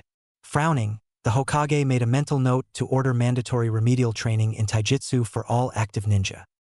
Either way, on the scale of a crap was not given to frantic, Hiruzen definitely put this one at the lower end of the scale, considering how he was gazing around, bored, with his hands idly intertwined behind his head. In fact, straining his hearing a bit, Hiruzen could have sworn the boy seemed to be humming to himself. The Hokage was torn between admiring the boy's composure and wanting to throttle him. To the boy's, left stood another uncaring individual, this one a lot more eccentric. Steel studs adorned the boy's nose ridge and brow, giving him a slightly punkish, menacing air about him that was only worsened by his wild, unruly mane of black hair. At least this boy seemed to understand the need for shirts, however, even if it was just a sleeveless, zipped-up vest. Fortunately for the Hokage's increasing headache, the individual next to this imposing character was a small girl, who seemed a little fidgety and nervous, the way a child usually acted when they knew they were in trouble. Of course, it helped that she looked no older than 12. It was by this point, however, that he began to notice one peculiar similarity amongst the individuals, including the ones that followed in his inspection. All of them were wearing, both on their clothing and as what seemed to be a tattoo, a spiral symbol prominently placed where everyone could see. This, in turn, raised quite a few alarm flags in Hiruzen's mind, as he obviously recognized it. After all, the very same symbol adorned Konoha's flak jackets. Before making any conclusions, however, he decided to finish his impromptu inspection. After the little girl was a slightly older girl, and she seemed to be simply dispassionate about the whole affair, though not as condescending as the initial two boys. That said, Hiruzen wished she didn't show said attitude by idly filing her nails. The least she could do was show a little respect, right? Then came a cheery-looking girl who seemed awed by his office, which served well to stroke his bruised ego, though she, too, didn't seem too concerned about the consequences of her actions. If reports were correct, in fact, this one girl was perhaps the most dangerous of them all, considering that she'd made a mockery of the village's detection wards and managed to seal one of the 4 cardinal gates with a seal so potent the Hokage was seriously considering asking Jiraiya to get the hell back into Konoha so he could dispel it. Then after the amazed girl was another bored teen boy. Seriously? What the hell? Who'd been escorted into the room fully clothed, but now seemed to be inexplicably missing his shirt. Unlike the first 2 boys, however, the boy's spiral tattoo wasn't on the arm, but rather on his upper left pectoral, right above the heart. Apparently, it wasn't uniformly placed. Then came the girl who most intrigued him. Well, After the ceiling girl, the one who'd been found with Naruto, and who kept glancing at said blonde every few seconds with expressions ranging from curious, to scrutinizing, to critical, and finally accepting.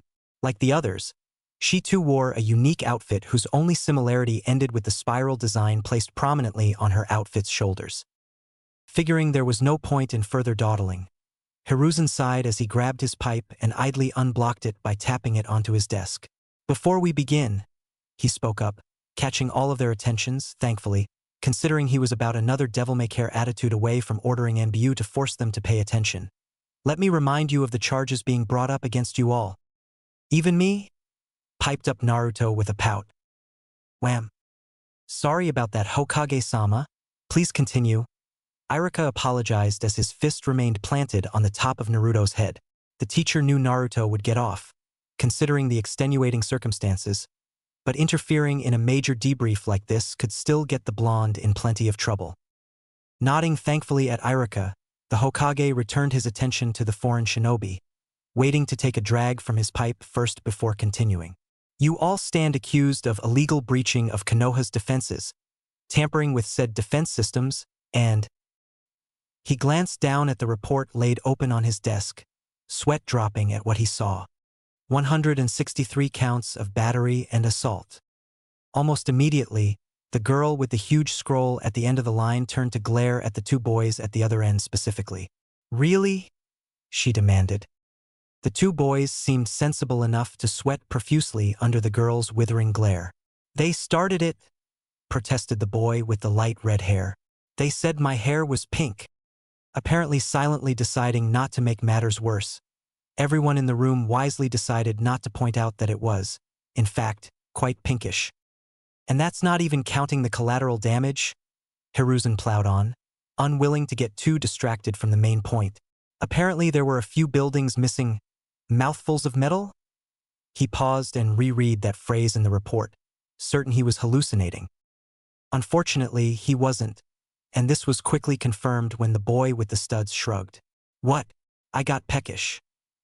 He defended himself as the nail-filing girl restrained the one with the huge scroll from maiming her compatriot. "So eat a snack bar like a normal person," grumbled the stripperific one, who was apparently midway through losing his pants. "Why don't you stop losing your clothes like a normal person?" The teen shot back, to the boy's confusion. Nichan, your pants," spoke up the youngest one, hiding a blush behind her hands. Feeling his headache just get worse as this impromptu mass interview went on, Hiruzen seriously considered doing as Ibiki had suggested and just turning them over to torture and interrogation. Unfortunately, due to the fact that they'd saved Naruto from a traitor, he had to at least pay them the courtesy to not put them through Ibiki's hands. "For now." "Enough," Hiruzen spoke firmly, while adding a fair bit of his killing intent behind it. Almost immediately the room stilled again, much to his pleasure. These crimes are serious offenses, and quite a few of the battery counts have been relegated to the hospital for their injuries. Those, however, pale in the face of the security breaches. Here he stared intently at the perky girl, who shrunk in on herself under his scrutiny. "And the sealing of one of our village gates. Normal protocol, then, would be to throw you all in jail right now," he continued, undeterred. "However, Naruto here, as well as Chunin instructor Yumino Iruka," he motioned towards the aforementioned duo, "have both given sworn statements saying you were instrumental in saving their lives and protecting the Forbidden Scroll, a priceless heirloom of our village. For that reason alone, you are not in the hands of our interrogation squad." Hiruzen relished the sober looks on the teens' faces, having had to deal with their devil-may-care attitudes at 3 in the fucking morning. "So let's make this sweet and simple, so I can go back to bed," he offered as he snapped his fingers, prompting a masked ninja to appear standing beside him, a clipboard and pencil on hand. "Please state your names and affiliation for the record, and we will proceed with the questioning."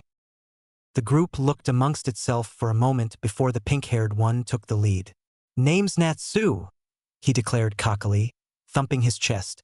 "As for affiliation, I can't say without the team leader's permission." Hiruzen was tempted to strangle the boy then and there, but grunted in acquiescence. "Fine," he allowed, to the ANBU agent's surprise. "Position in your team, then?" Natsu seemed to think it over for a moment before shrugging. Heavy hitter. The boy next to him snorted. Something funny, asshole? Challenged Natsu. Whatever, his companion said mid-shrug before staring down the Hokage. Name's Takashi. Same as the idiot, he said as he gestured his head in Natsu's direction, prompting the boy to try and throttle him. They were both restrained, oddly, by the perky girl, who seemed to have set up a seal while no one had been looking and had activated it with a carefree smile at the Hokage, thoroughly unnerving him. Realizing it wasn't dangerous, he held up his hand to prevent the ANBU agents still hidden in the room from killing her where she stood. "And you, young miss?" he asked the youngest kindly, inadvertently reverting to his grandfatherly attitude. After all, despite the seriousness of the situation, he still loved children. "Esora, sir," she meekly replied. "T-Team M medic." A few Konoha eyebrows rose at that declaration. Ninja medics were infamously difficult to train due to the precise chakra control needed for the profession. For such a young girl to have mastered it to the extent that she was allowed to perform combat medic duties, it was almost unthinkable. Amaya, combat support. The girl beside her then spoke up, preempting the Hokage's question. Maki, sealing specialist. The perky girl introduced herself with a slight bow, still somehow maintaining the seal that had frozen Natsu and Takashi into place, as though they were statues of an impending, epic duel. Hiruzen gave the subtlest of nods to the recording ANBU to take special consideration of the girl. Yuki, combat support. The stripper boy spoke up then. "Honestly, is this all necessary?" he whined, only to receive a chastising smack upside the head by the final member of the group, who planted her hands on her hips and puffed out her considerable bust as she stared down the Hokage, obviously quite proud of who she was. "Hikari, team leader," she announced, her tone daring anyone to challenge her on that. "We are the advance guard of Uzumaki-kure's Uzumaki clan, here to secure the safety of the last clan head," she stated proudly. At that moment, the Sandaime Hokage watched as a group of teenage troublemakers suddenly morphed before his eyes into true shinobi, their worry and carelessness vanishing as though it had never been there before. Even little Sora seemed to lose her nervousness. You could have heard a pin drop after that declaration. In fact, the ANBU's pencil did drop onto the floor as all the Konoha ninja in the room stared dumbfounded at the group. Hiruzen, in particular, seemed about ready to keel over from that statement, and Naruto, for once, was shocked silent, as was Iruka. Hiruzen's mind was a whirl. The Uzumaki clan, after the death of Kushina, had been considered either near or completely extinct. Sure, there were odd reports of survivors of Uzumaki-kure's destruction, but no one had really estimated that a significant amount of survivors had been left alive. Their relationship with Konoha, too, was both a source of pride for the older veterans and a mark of shame. After all, while Uzumaki-kure was being destroyed, Konoha had been unable, and some unpleasant quarters might even say unwilling, to send reinforcements to aid their lifelong allies at the time. Thus, in a way, they shared the burden of its destruction. As such, while heartening to hear that members of that prestigious and remarkable clan had survived, he knew their resurgence was also a herald of troubling times to come. "Uzumaki?" breathed Iruka, immediately looking down to his side at Naruto, who seemed just as shell-shocked. Hikari nodded once. "That's right. Under orders of Clan Elder Deo no Keisuke, we have been dispatched ahead of the clan to secure the safety of the last clan head," she repeated herself before pointing to Naruto, much to everyone's further surprise. Okay, maybe not the Hokages, but everyone else from Konoha at that point was pretty damn surprised. "Him. Preposterous," shouted the recording NBU, the clipboard shaking in his hands. The Uzumaki were wiped out when Uzumaki-kure fell to the combined forces of Kumo, Iwa, Umi, and Kiri. Takashi grunted. "Shows what you know," he said as he crossed his arms over his chest. I'm clan head?" asked Naruto then, reminding everyone that the objective of the group's mission was in the room with them as well. In fact, many were surprised that he hadn't been his boisterous self, but then the amount of surprising information would have knocked anyone off balance. Hikari flinched at the question, but thankfully Amaya fielded that one. Not quite," she said, giving a sort of motion with her hand. More accurately, you're the last candidate for clan head, she elaborated. Either way, we're here to make sure no one tries to kill you while the clan arrives. Wait a second, Hiruzen cried out as he shot to his feet and grabbed onto his desk for support. What? Hikari scratched at her cheek. Did we not mention that? She asked sheepishly. Elder Keisuke will be bringing the Uzumaki clan to Konoha in a few weeks, she said with a grin. All of it. Hiruzen couldn't help but latch onto the girl's expression then. The way she had unnecessarily added that last part made him think that having the Uzumaki all in one place was a rarity, which didn't make sense. Unless it did. Wanting to smack himself for having overlooked such a possibility, the Sandaime Hokage finally managed to put the pieces together, theoretically resolving the question as to how the Uzumaki could have gone so many years without being found, if they were still active. Simply put, they divided their numbers to avoid detection. A brilliant plan in its simplicity. And, knowing Keisuke had been the one to order the advance guard to infiltrate Konoha, he wasn't surprised. He'd heard of Keisuke back when Yuzushiogakure was still thriving. While he wasn't aware of why they called him Keisuke the Great, he knew of the man's reputation, and it was quite fearsome. Still, if the man was still alive and kicking, he would be well in his 80s, which would help to prove what these children were claiming, since the Uzumaki were notoriously long-lived. So Deo no Keisuke still lives, he mumbled, pondering this new turn of events. Why not just send a missive to inform us? He demanded of Hikari, who shrugged.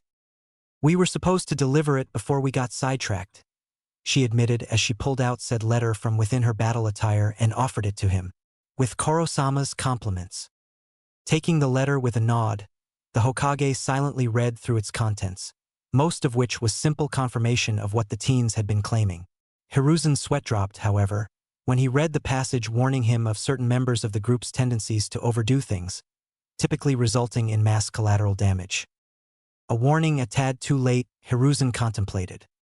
It's authentic, he judged as he read through the letter. Keisuke was no fool even in his old age, it seemed. He'd included bits and pieces of incriminating evidence to verify his identity throughout the letter, including several anecdotes about the Nidaime that none but a select few would know about. So he's serious about this? Relocating the Uzumaki clan to Konoha? He asked the group in general, though he mostly expected Hikari to field that one. He is, she confirmed. Hiruzen grunted in acquiescence before pondering on the ramifications of such a move. For one thing, he knew he'd have his old teammates on his back for months to come, and Danzo would be insufferable. Ironically, however, he knew it wouldn't be because he'd failed in some way, in their distinguished opinion, but in order to streamline the Uzumaki's integration into Konoha's ranks. Koharu and Hamura would be ecstatic at earning Konoha a new clan, especially one as powerfully renowned as the Uzumaki, whatever their feelings were for the Kyubi Jinchuriki. Danzo, on the other hand, would be one to keep an eye on, as the Warhawk would no doubt seek to leverage the Uzumaki into revealing their prized Fuin techniques. Hiruzen doubted he would succeed. Beyond mere seal masters and a rowdy bunch, the Uzumaki were a proud clan, and he couldn't think of a single traitor having been born to that clan, though granted that could just mean they killed off such people before they could do any damage. Still, this would be an amazing coup if he presided over the arrival of another ancient clan. Though rumors persisted that the Nidaime had been chosen as such due to his successful recruitment of the Hyuga clan, only those old enough to remember those days knew it to be true.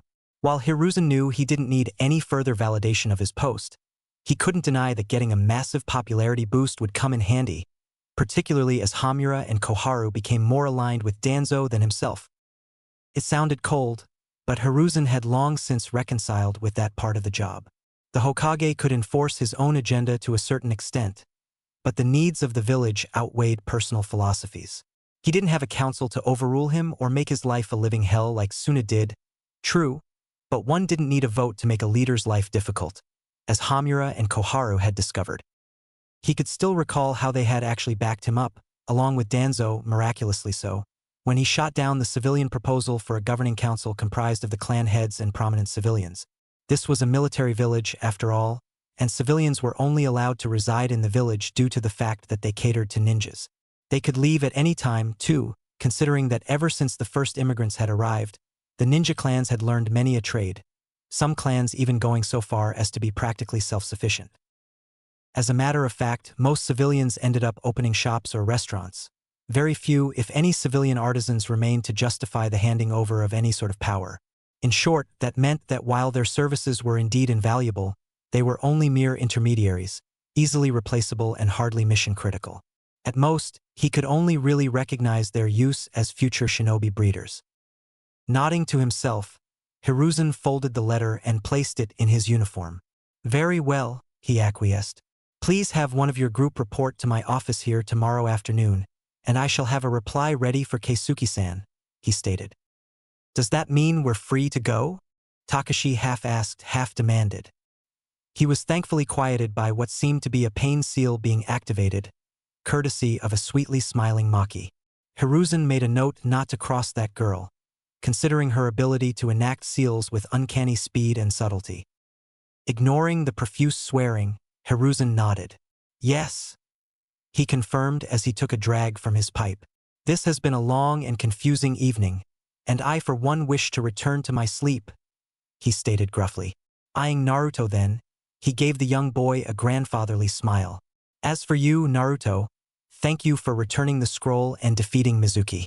You were very brave," he complimented the child honestly. Naruto, still somewhat stunned by the revelations of the meeting, nonetheless managed to return to his typical, hyperactive self as he grinned brightly and gave the Hokage a radiant thumbs up. "No problem, GG," he all but yelled. "That bastard had nothing on me." "Not what I saw," Hikari grumbled, remembering how the boy had ran away after Iruka had gone down. Quite, Hiruzen said in between laughs, much to the disapproval of some of the ANBU, though the Uzumaki group seemed heartened by the kind treatment being levied on the boy. "I also understand congratulations are in order?"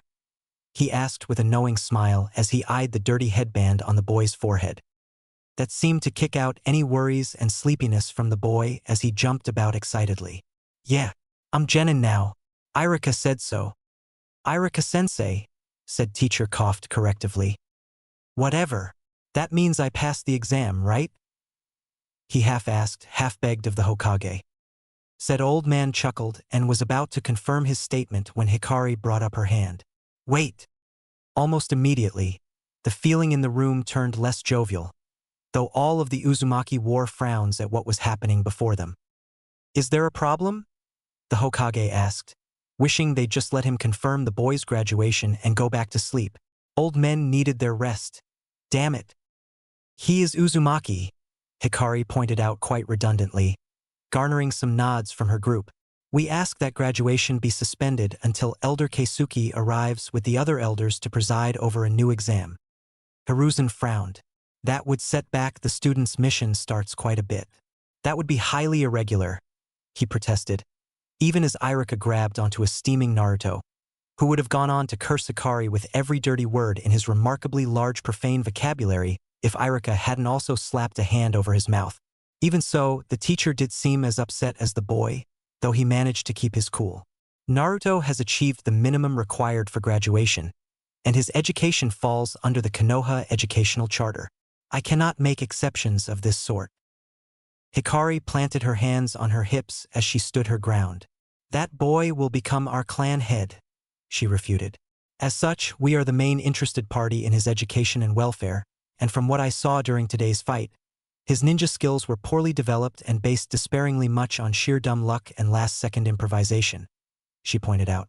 "Based on what we've seen during our investigations, he seems to have been regularly mistreated during his time at the academy by his teachers and peers, present company excluded," she noted with a nod to Iruka, who'd looked away in shame at the mention of his colleagues.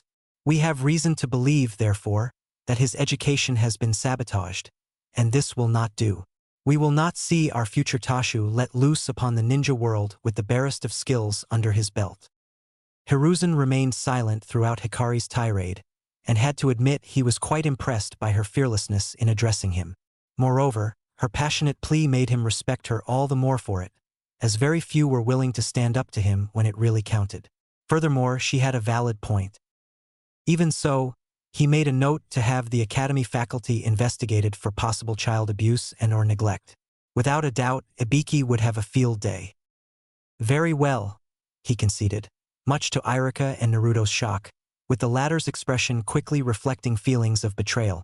Wincing at this, Hiruzen nonetheless remained steadfast as he nodded to Hikari. All student graduation notifications will be revoked, in the spirit of fairness, and a new graduation exam, personally designed by myself and Iruka, will be applied under our direct supervision 2 weeks from now. Will that suffice? He asked. Hikari eyed Maki, who made quick, almost indiscernible hand seals before activating her Uzumaki tattoo and making it blink in code. Pausing after finishing, they then saw the tattoo blink in code again, relaying the clan's response. Agreed, she confirmed as she extended her hand. Hiruzen gladly took it and they both shook on their agreement. I imagine you will all be seeing to Naruto's education then? He asked, having deduced the reason they wanted the postponement. Hikari gave a smirk, even as Naruto's eyes widened. Of course, by the time we're through with him, he'll give your best a run for their money. All right, Runt, let's see what you've got, announced Takashi the next morning as he squared off with Naruto at one of the empty training fields. After the night's events, the Uzumaki group had crowded in Naruto's apartment, which had, in turn, nearly caused the group to start an uprising and outrage at his living conditions, which, though modest, were in all fairness still quite good for an orphan, albeit not a future clan head. Nonetheless, he'd managed to talk them down humbly, which seemed quite out of character with the usually loud-mouthed, hyperactive bundle of energy. After a restless night's sleep, however, he'd been all but kicked out of his bed by Natsu and Takashi at 7 in the morning. Even as Sora and Amaya set the table and Hikari cooked away, humming to herself. It was surreal for the boy. Having lived alone his entire life, he could barely comprehend that he now lived with others, much less that he would be living with a whole clan, and for a moment had the urge to scream at the apparent intruders in his apartment. Only remembering the events of the previous night had stopped him from doing so, and he even beamed at Hikari once she mentioned she'd been the one to discover him and protect him from the thugs who'd nearly killed him. That said, he did try to gut her with his fork when he heard they'd ritually destroyed his beloved jumpsuit. From the others' reactions, though, he quickly realized this sort of violent interaction was commonplace with their family, and Natsu and Takashi were quick to give boisterous laughs and even try to challenge each other, before Maki put her foot down, literally, and sealed everyone into place.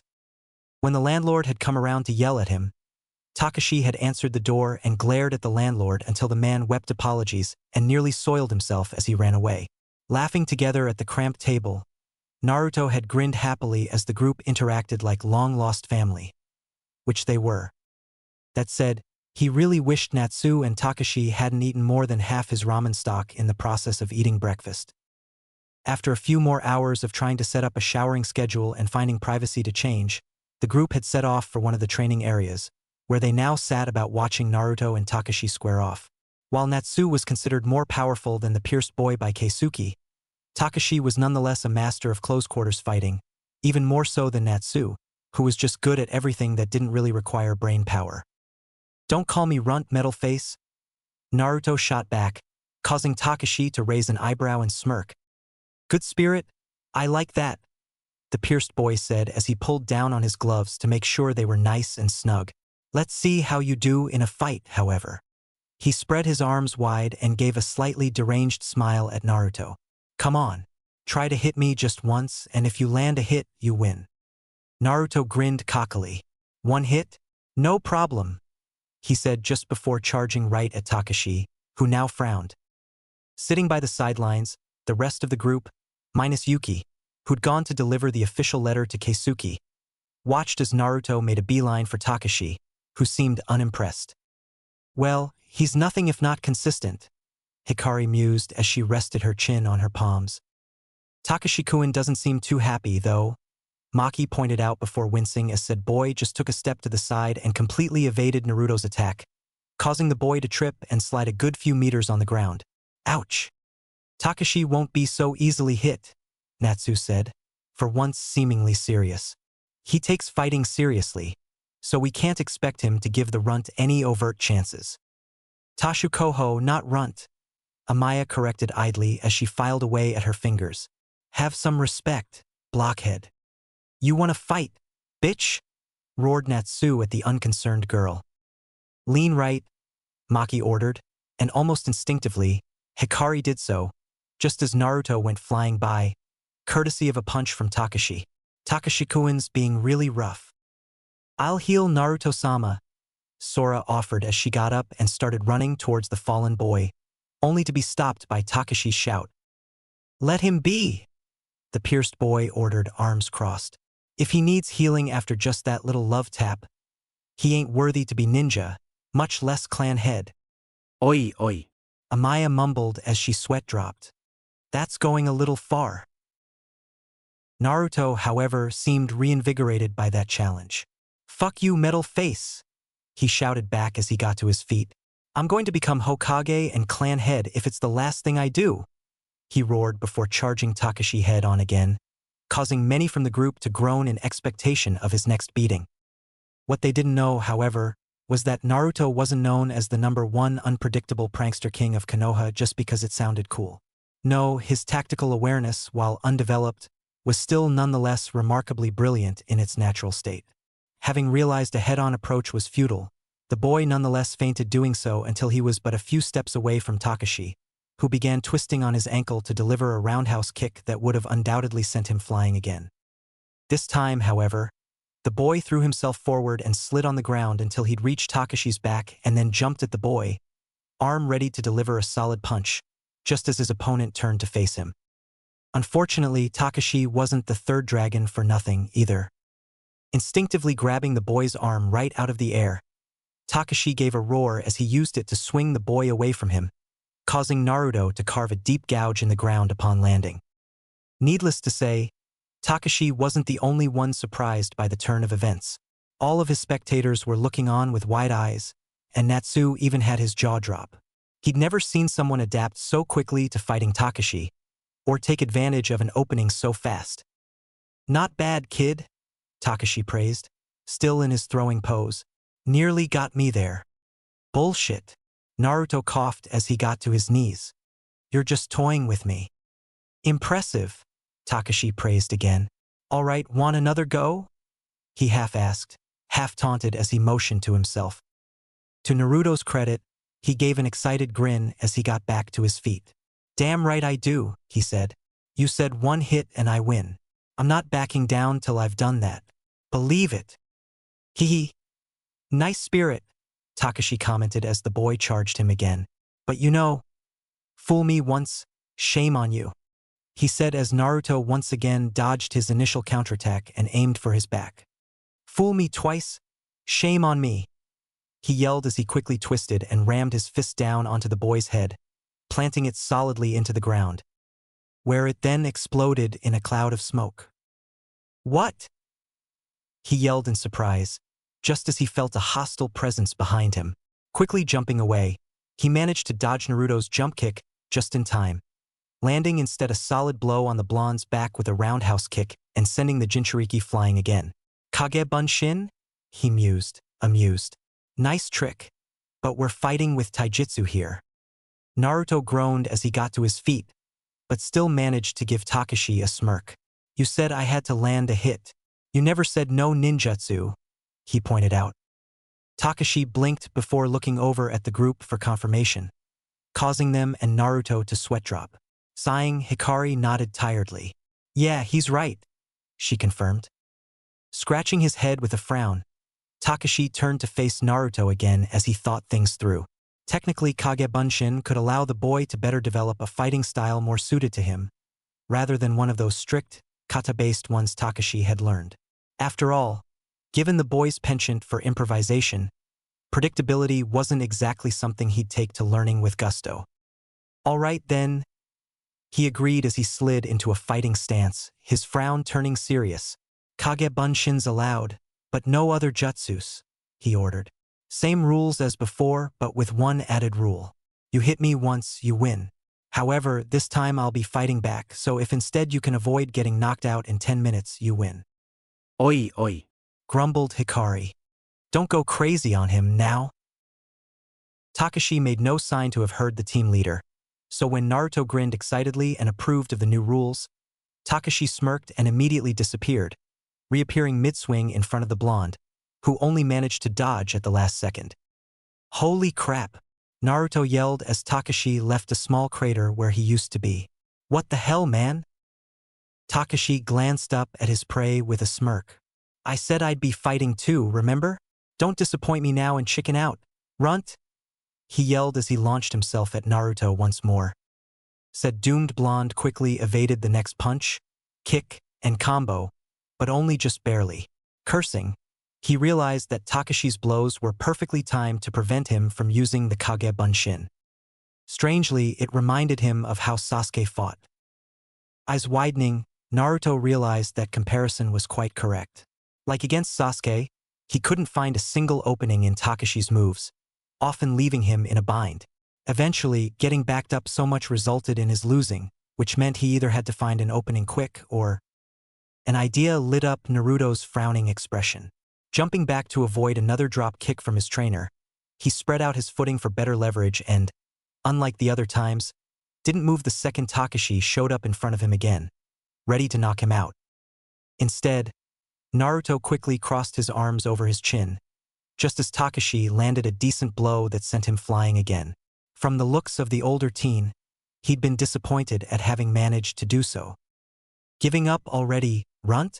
Takashi asked with a frown. I know you could have dodged that one. Lying on his back, Naruto smirked up at the sky. Like hell metal face. He shot back, bringing up his hands to form a familiar seal. I just needed the time to do this, he shouted. Tahu Kage Bunshin no Jutsu. Oh, Asish. Takashi swore as he rushed forward to stop Naruto. Too little, too late. A good 50 clones appeared due to Naruto's inexperienced handling of the technique. While daunting to look at, the Uzumaki group knew they didn't stand a chance against Takashi, especially if they all fought like Naruto at the moment. Even so, it was an impressive accomplishment, though Hikari had already seen him perform a much larger-scale version of this technique. With a deafening, collective battle roar, the tide of blondes rushed at Takashi, who smirked as he widened his stance and felt a rush of adrenaline at fighting so many opponents at the same time. Lashing out with short punches and fluid kicks, Takashi took on every single clone at the same time, managing to score a hit with every blow he threw. Heck, at one point he just grabbed one of the attacking clones by the feet and began using him as a flail against the others, much to the group's amusement. Eventually, the constant popping of shadow clones ensured that most of Takashi's immediate vicinity was covered in smoke, though the teen couldn't quite tell due to having descended into a battle frenzy, as he took great pleasure going all out on the horde of blondes. On the sidelines, Hikari sighed knowingly even as Maki kept relating the events happening inside the cloud of smoke, one hand on the ground and in a spiral seal array. Takashi's going to lose, Hikari judged. Because time's running out, Hikari-ne? Asked Sora curiously. The team leader shook her head as she rested her cheek in her palm. He's lost awareness of his surroundings. The more battle-experienced members nodded gravely at the assertion, including Natsu, who'd also noticed that Takashi was starting to lose himself in his fight. As for said pierced teen, he'd had to admit he'd never quite had this much fun in quite a while. With the Kage Bunshins around to give him a veritable horde of practice dummies, he'd had to cut a little loose in order to deal with the increased numbers, though individually they remained terrible at taijutsu. Still, the growing unpredictability of their attacks ensured he remained on his toes. Feeling another clone coming at him from behind, Takashi swept his leg in a reverse heel kick, only to blink in surprise as this particular clone dodged it with a grin, just as another clone came down onto his head, courtesy of being thrown by two other clones. Realizing their tactics were finally evolving, Takashi grinned as he jumped in time to avoid the lower clone's attack, twisted in the air, and pulled the upper clone into a devastating body slam onto the ground. Already turning towards his new target, Takashi was suddenly caught off guard as he felt something solid hit his leg. Blinking, he stopped mid-attack against a clone and looked down to see the body-slammed clone not disappear. Instead, said clone had reached out and weakly hit him on the leg. Realizing he'd been had, Takashi was about to grin in praise when he felt another solid hit land on his cheek, staggering him. Then a kick to his ribs, another punch to his face, a sweep to drop him, more punching and kicking. Pretty soon, Takashi was on the ground being beaten to a pulp by a wave of pissed-off blondes bent on exacting revenge for the beatings they'd suffered at his hands. Needless to say, the Uzumaki group sweat-dropped at the scene. Natsu! Hikari spoke up. You're up, said pink-haired dragon, grinned excitedly and slammed a fist into an open palm. Finally, he declared as he walked over to the scene of mass beating. Oi, shrimp, time's up. I'm your opponent now. And so began another round of taijutsu training. As Hikari watched Sora heal the stain on the ground called Naruto's wounds after a grueling session against Natsu, she pondered on the results of that hour's training session. Without a doubt, teaching the boy theory was a bad idea. Anyone with a brain could see the boy was all about learning with his body. Sitting him down and trying to teach him theory would just prove an exercise in both futility and frustration, and Hikari wasn't nearly masochistic enough to try her hand at that. On the other hand, there was a number of subjects that were purely theoretical that he would have to learn, even if only to have it handy just in case. I've seen enough, she stated as she got back up, shouldering her summoning scroll straps once more. Amaya, Natsu, and the bandaged-up mummy called Takashi all looked at her, while Maki remained sitting, her head bowed and hands still within the seal array in order to monitor the training field surroundings. Walking over to Naruto and Sora, who was happily chatting away with the blonde as she healed him, Hikari looked down at his stricken form with a frown. You suck, she told him bluntly. Hey! Shut up. It's the truth. She cut him off immediately, also shooting Sora a glare to cut off her defense of the blonde. Pretty much the only impressive thing about you is your stamina, which we all have, your massive chakra reserves, and your on-the-fly planning. Beyond that, you suck something awful. Naruto lay there, glaring a hole into her head, which she shrugged off. Fortunately for you, we can fix that, she stated, but just as quickly shot down his rising hopes. Unfortunately for you, we're not the best teachers the clan has to offer, so you probably won't get the best grade when the exam comes around. That said, you won't be dead last either. Well, at least you're honest, Naruto grumbled. Get used to it, Hikari stated before motioning towards Natsu. See the idiot there?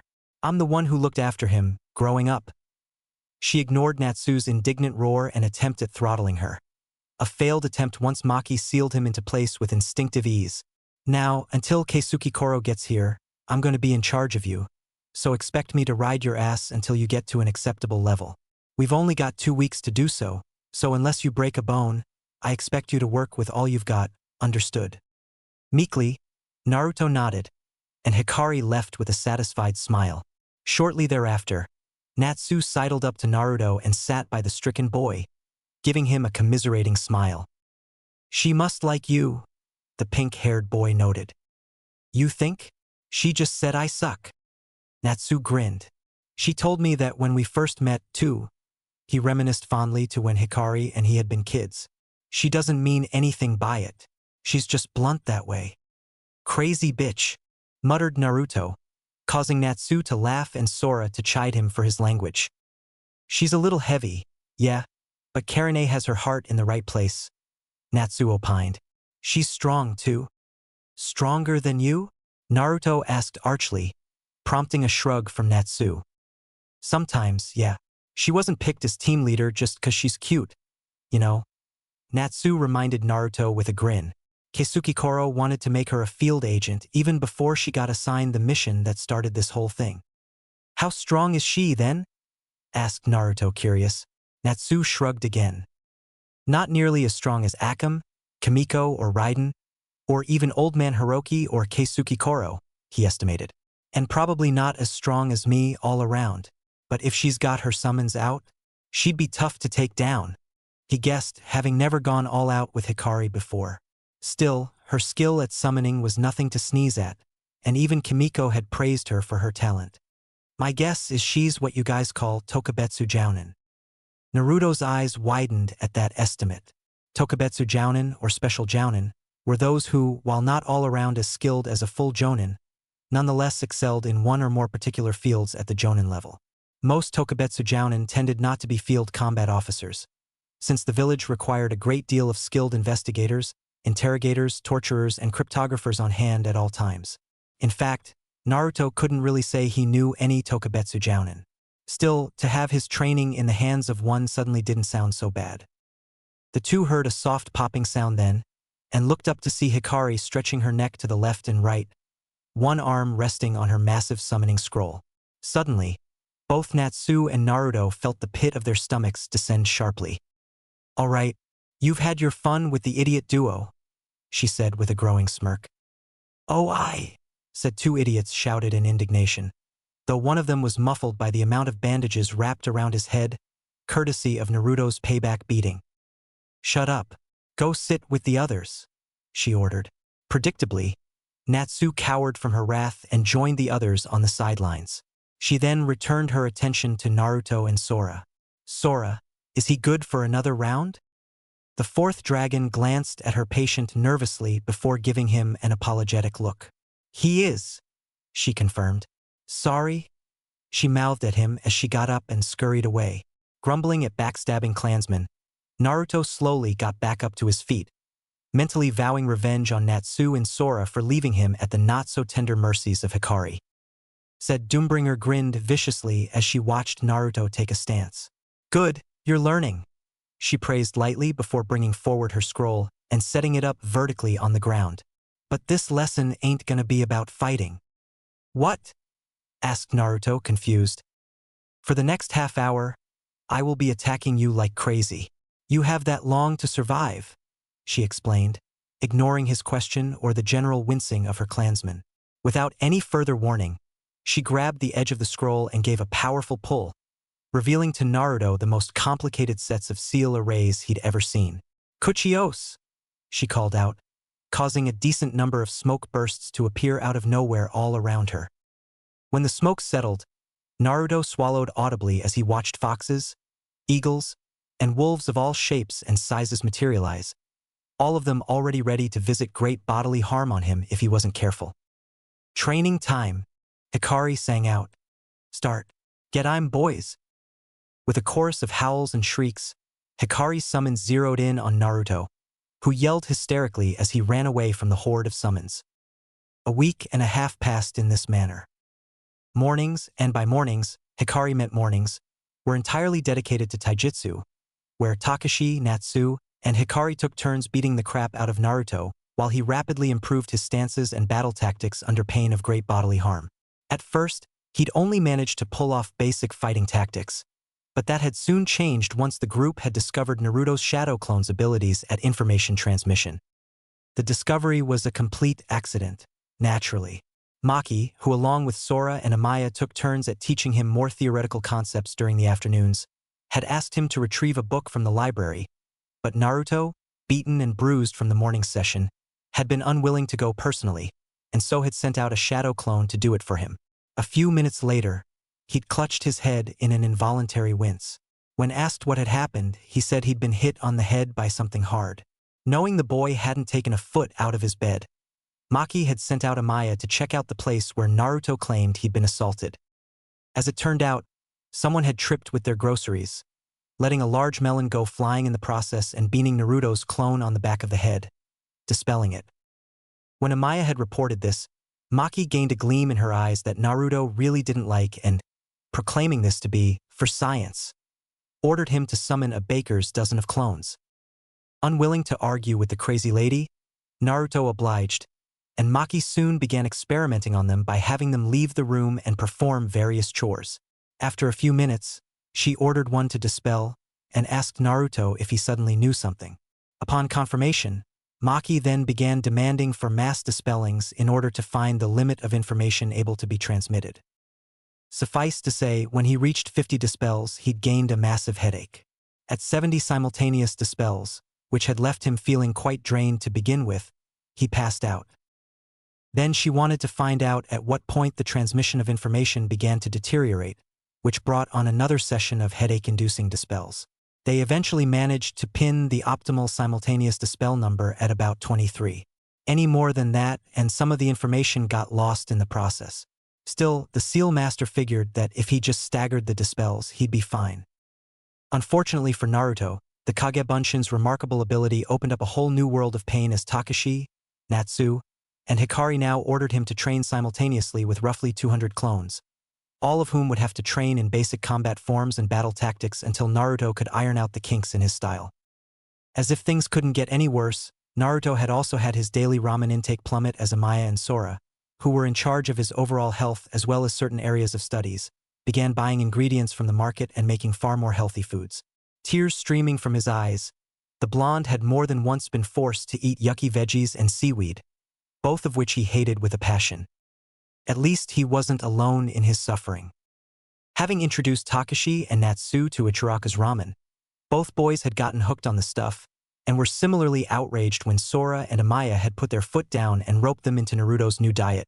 Suffice to say, an immobilizing array from Maki and the threat of unleashing Hikari's wolf summons on their genitals had been enough to cow the two warriors.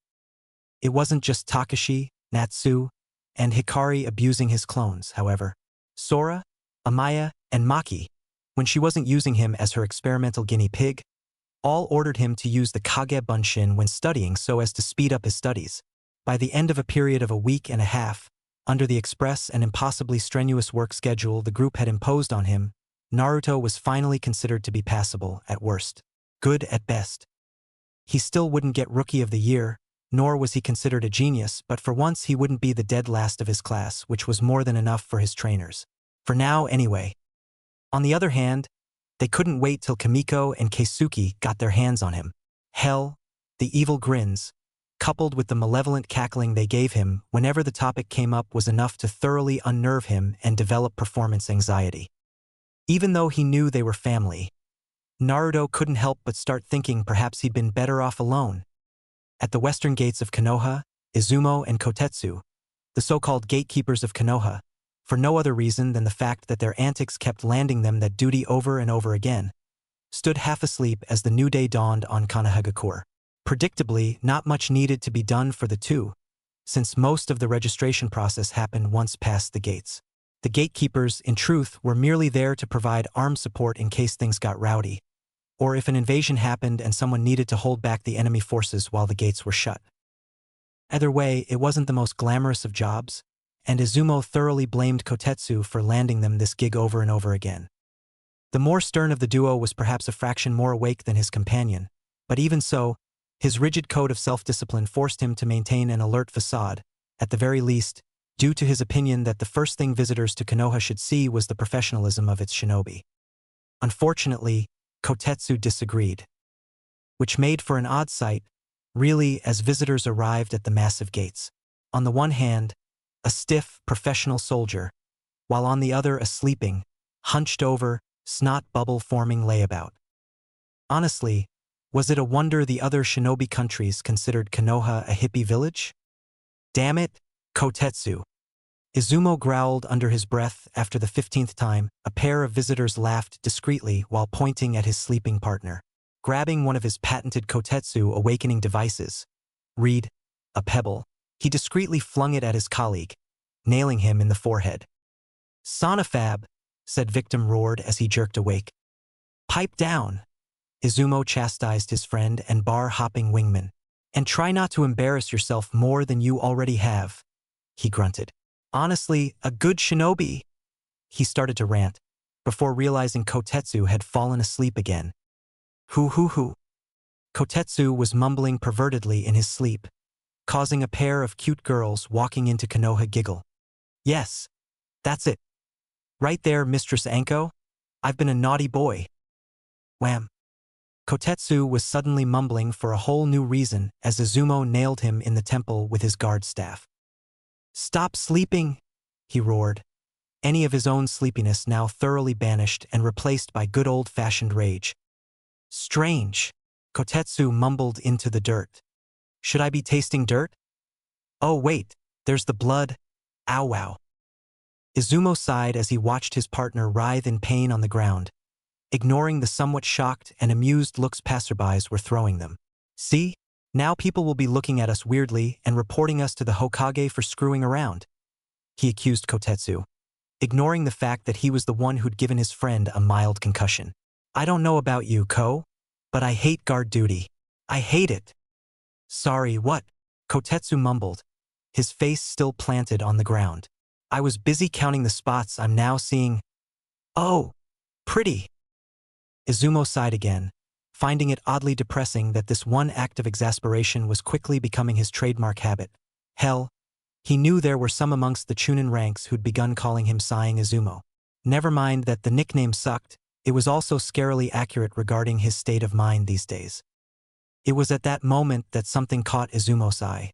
At first, he'd dismissed it as nothing, but grew more cautious as it became apparent that perhaps there was more to this than met the eye, especially considering the gait of some of them. Namely, there was a large group of people coming towards the gate. Normally, this wasn't a concern, seeing as how Konoha thrived on traveling merchants and immigrants. Nonetheless, this group was larger than what was usually seen and was certainly not a trade caravan given the lack of, well, wares. At first glance, Izumo made out about 70 people within eyesight, but the cloud of dust that rose up subtly behind the group told him there were more he couldn't see. "Oi, Kotetsu, enough playing around?" He grunted at his comrade, who swiftly picked himself up and stood on guard, as if he hadn't just been beamed in the head by his friend's rather hard guard staff. "Trouble?" the spiky-haired Chunin asked cautiously. "Dunno," Izumo admitted as they both tensed. "Get ready to call for reinforcements, though, just in case." A grunt of acknowledgement answered him as the group neared the entrance. As they did, Izumo discerned various things from them. First off, it was definitely not a trade caravan. There were no carts of goods to be sold, though he could spy a few covered carts, and none of the travelers seemed to fit the part of wandering salesmen, and those were pretty easy to recognize by their opulent taste in fashion. Secondly, if this was an invasion force, it was a terrible attempt at doing so. Ignoring the fact that attacking one of the 5 villages head-on was fucking retarded, oh, how little those poor, unknowing fools knew. The fact was that the casual and loud manner in which the group traveled simply smashed any chances of their approach being undetectable. Still, there was something about how they were approaching the gate that made him uncomfortable, and from the looks of it, Kotetsu had picked up on it as well. Simply put, it was in the way they walked. Years of active ninja duty had taught Izumo that civilians and trained warriors walked differently. Civilians who rarely, if ever, needed to be cautious about the loudness of their footsteps or the ability to slide into a battle stance, tended to walk heavily, usually going heel first and so forth. Warriors, however, were the complete opposite. Needing to be constantly ready to fight at any given moment, warriors trained themselves to advance either with a solid, flat gait, or with a slide in their step, usually causing the toes to land first and then the heel. Various schools of the warrior arts asserted various reasons for the different way of walking they espoused, but all of them transmitted a visual tell for any trained warrior to observe if they were supposed to detect enemy agents. And tellingly, all of the approaching crowd had the warrior's step. Making subtle signs to the guardsmen he knew were watching from the battlements at the top of the massive wall, Izumo readied his free hand to make the appropriate signal for the guardsmen to shut the gate and alert the village's entire military force. At the same time, he shared a glance with Kotetsu and then advanced a few steps, soon joined by his friend. Together, they lowered their staff-holding arm horizontally ever so slightly so as to cross the two weapons in a poor, but obviously quite symbolic gesture of impediment. Halt! Izumo ordered the group as they came within 20 feet of the pair. "Please state your names and intentions," he stated seriously, half ready to break out into a battle stance if challenged. Fortunately, he'd kept his kunai blade stored in a paper seal he kept handy at all times. Embarrassingly, he also kept Kotetsu's. To his utter confusion, however, the group didn't seem the least bit intimidated, or even annoyed by his and Kotetsu's presence. In fact, some of them seemed to exchanging Ryo bills and grumbling, while others cackled in glee at their newly gained wealth. "Told you they'd freak out," one of the men mumbled to the other, who simply grumbled and glared at the two guards for making him lose money. "Oi! What the hell's the damn holdup?" A deep, growling voice broke through Izumo and Kotetsu's shock at the casual manner in which the group was acting. Practically springing apart, the group let through a tall, blonde teen with a lightning bolt scar over his left eye, followed shortly by a teenage girl with blood-red hair wearing a rather fearsome-looking Yoroi chestplate inscribed with a familiar swirl over her heart. "Raiden." Izumo heard several mumble the name as they glanced at him with equal parts respect and fear. Apparently, despite his age, he was one to be wary of. Judging from the looks people were giving the redhead, though, he was more than willing to bet she qualified under that category too. "Kimiko Raiden, stand down," grumbled an old voice, and to Izumo's surprise, the two did exactly that, sliding out of their battle-ready stances and moving apart to let through. A diminutive old man. Izumo blinked once, then twice to make sure he wasn't seeing things. Nope, still there. Walking towards them was a tiny old man who seemed quite at ease with the situation around him. His outfit a standard black shinobi uniform with sleeveless flak jacket. All in all, what seemed to be a standard chunin/jonin outfit in Konoha. With one exception. Where Konoha's flak jackets held 2 large pouches on the front, this one had nearly 6, which seemed a bit much in the Konoha chunin's opinion. Nonetheless, it was a clear sign that these were outsiders. Please state your name and intentions, Izumo demanded sternly once more. Outnumbered or not, he would still cling to protocol. The old man gazed up at him curiously before cupping his chin in confusion. He mused. Didn't those brats hand in my letter? Izumo and Kotetsu's unyielding stare soon had Kimiko sigh out loud and Raiden smack his face in exasperation. Behind them, the crowd began to chuckle amongst themselves. I knew it, groaned the blonde teen. It was too much to hope that Natsu and the rest would remember. Kimiko agreed. Oi, Hikari-chan's the one in charge, not Natsu. Another teen spoke up as he pushed himself to the front. She's not so dull as that. Wait, did you say Natsu? Kotetsu spoke up, a flash of recognition passing through his face. Turning his head towards his friend, while still keeping the crowd within peripheral eyesight, Kotetsu addressed Izumo. Wasn't that the guy who landed a bunch of chunin in the hospital during the... You know what incident? He euphemistically reminded his friend, uncomfortable with releasing sensitive information in front of strangers. Now that you mention it, Izumo agreed, eyeing the strangers. To his surprise, all of them seemed to sigh in exasperation. I take it it's the same guy. Pink hair? Black vest? Wears a scarf? Listed off Raiden, only to deadpan as the 2 guards nodded. Yeah, that's the idiot all right, he confirmed before eyeing the black-haired teen. I thought you were joking about that. Said teen shrugged. You should have known better. The diminutive man then coughed, bringing Izumo's attention back to him. Anyway, if everything panned out, your boss should know we were coming, he told them before slowly forming a grin. If not, please let that old monkey know that Yuzushiogekure's Uzumaki clan has arrived.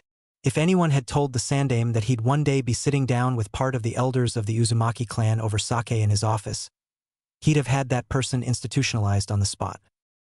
Yet here they both were, well, sort of. One of them had excused herself to stay with the rest to make sure they didn't get into trouble. In his office, sharing a cup of sake as the rest of the clan remnants waited either at the anteroom, the hallway, the library, or outside the building, seeing as how there wasn't nearly enough space to hold the Uzumaki numbers. For a dead clan, there sure seemed to be a whole lot of them. I still can't believe that after all these years, so many of you managed to escape the destruction of Yuzu. Hiruzen spoke grimly before drinking from his cup, having figured he'd need the liquid courage for this meeting. Boy, had he nailed that call. So many, Keisuke mused just as grimly. So little, you must mean. Yuzushiogekure had many clans, but most of them were kin to the Uzumaki by marriage. Very few of us escaped, he corrected. What you see outside is roughly half of the survivors of Yuzu. That's still quite significant, Uzumaki-san, Hiruzen pointed out.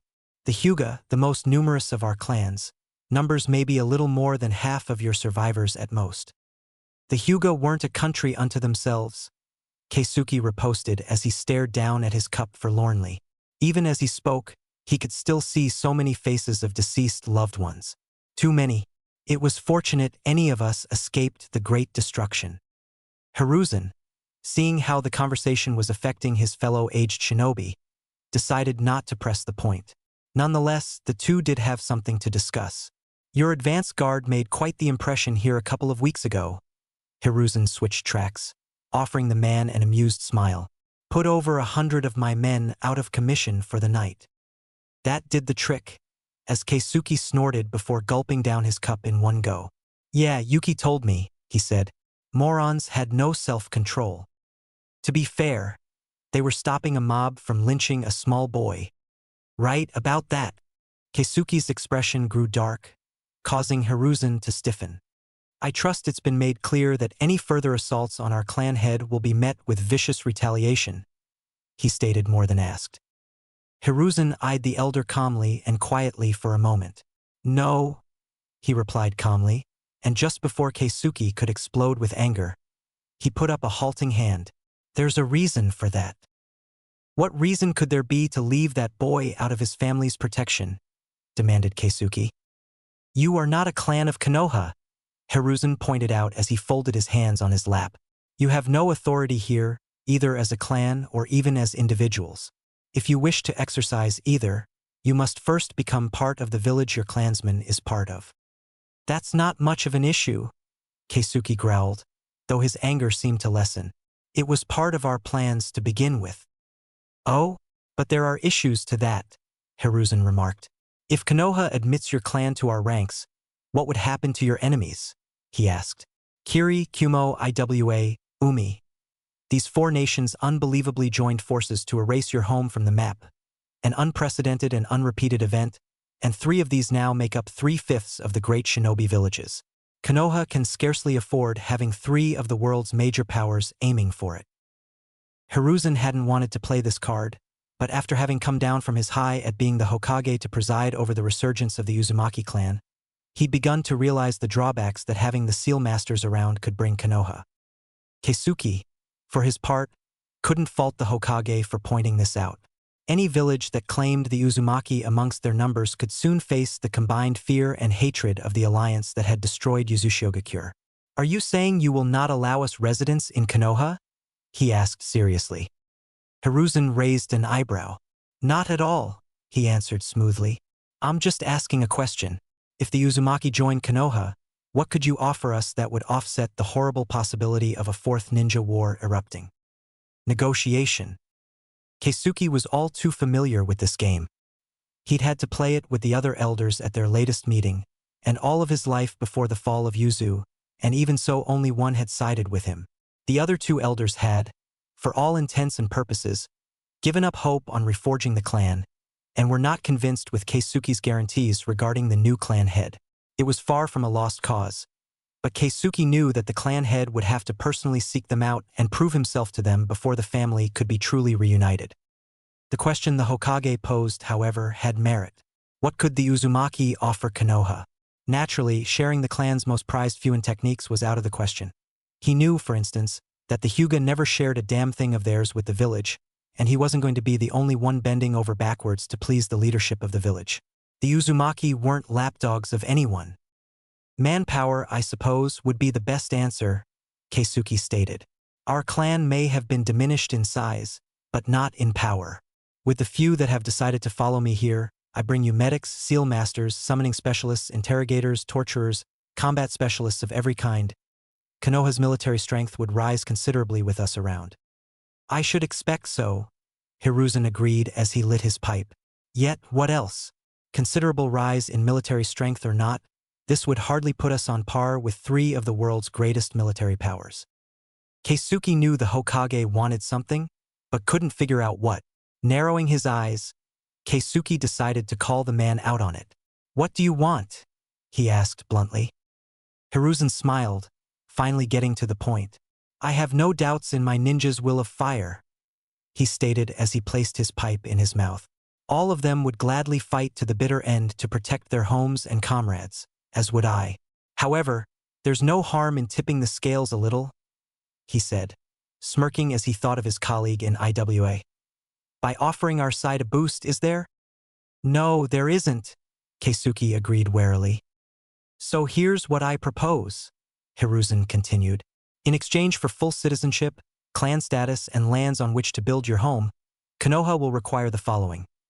First, that the Uzumaki clan will aid our sensor and interception division in strengthening and improving upon the detection barrier and providing backup for the interception team.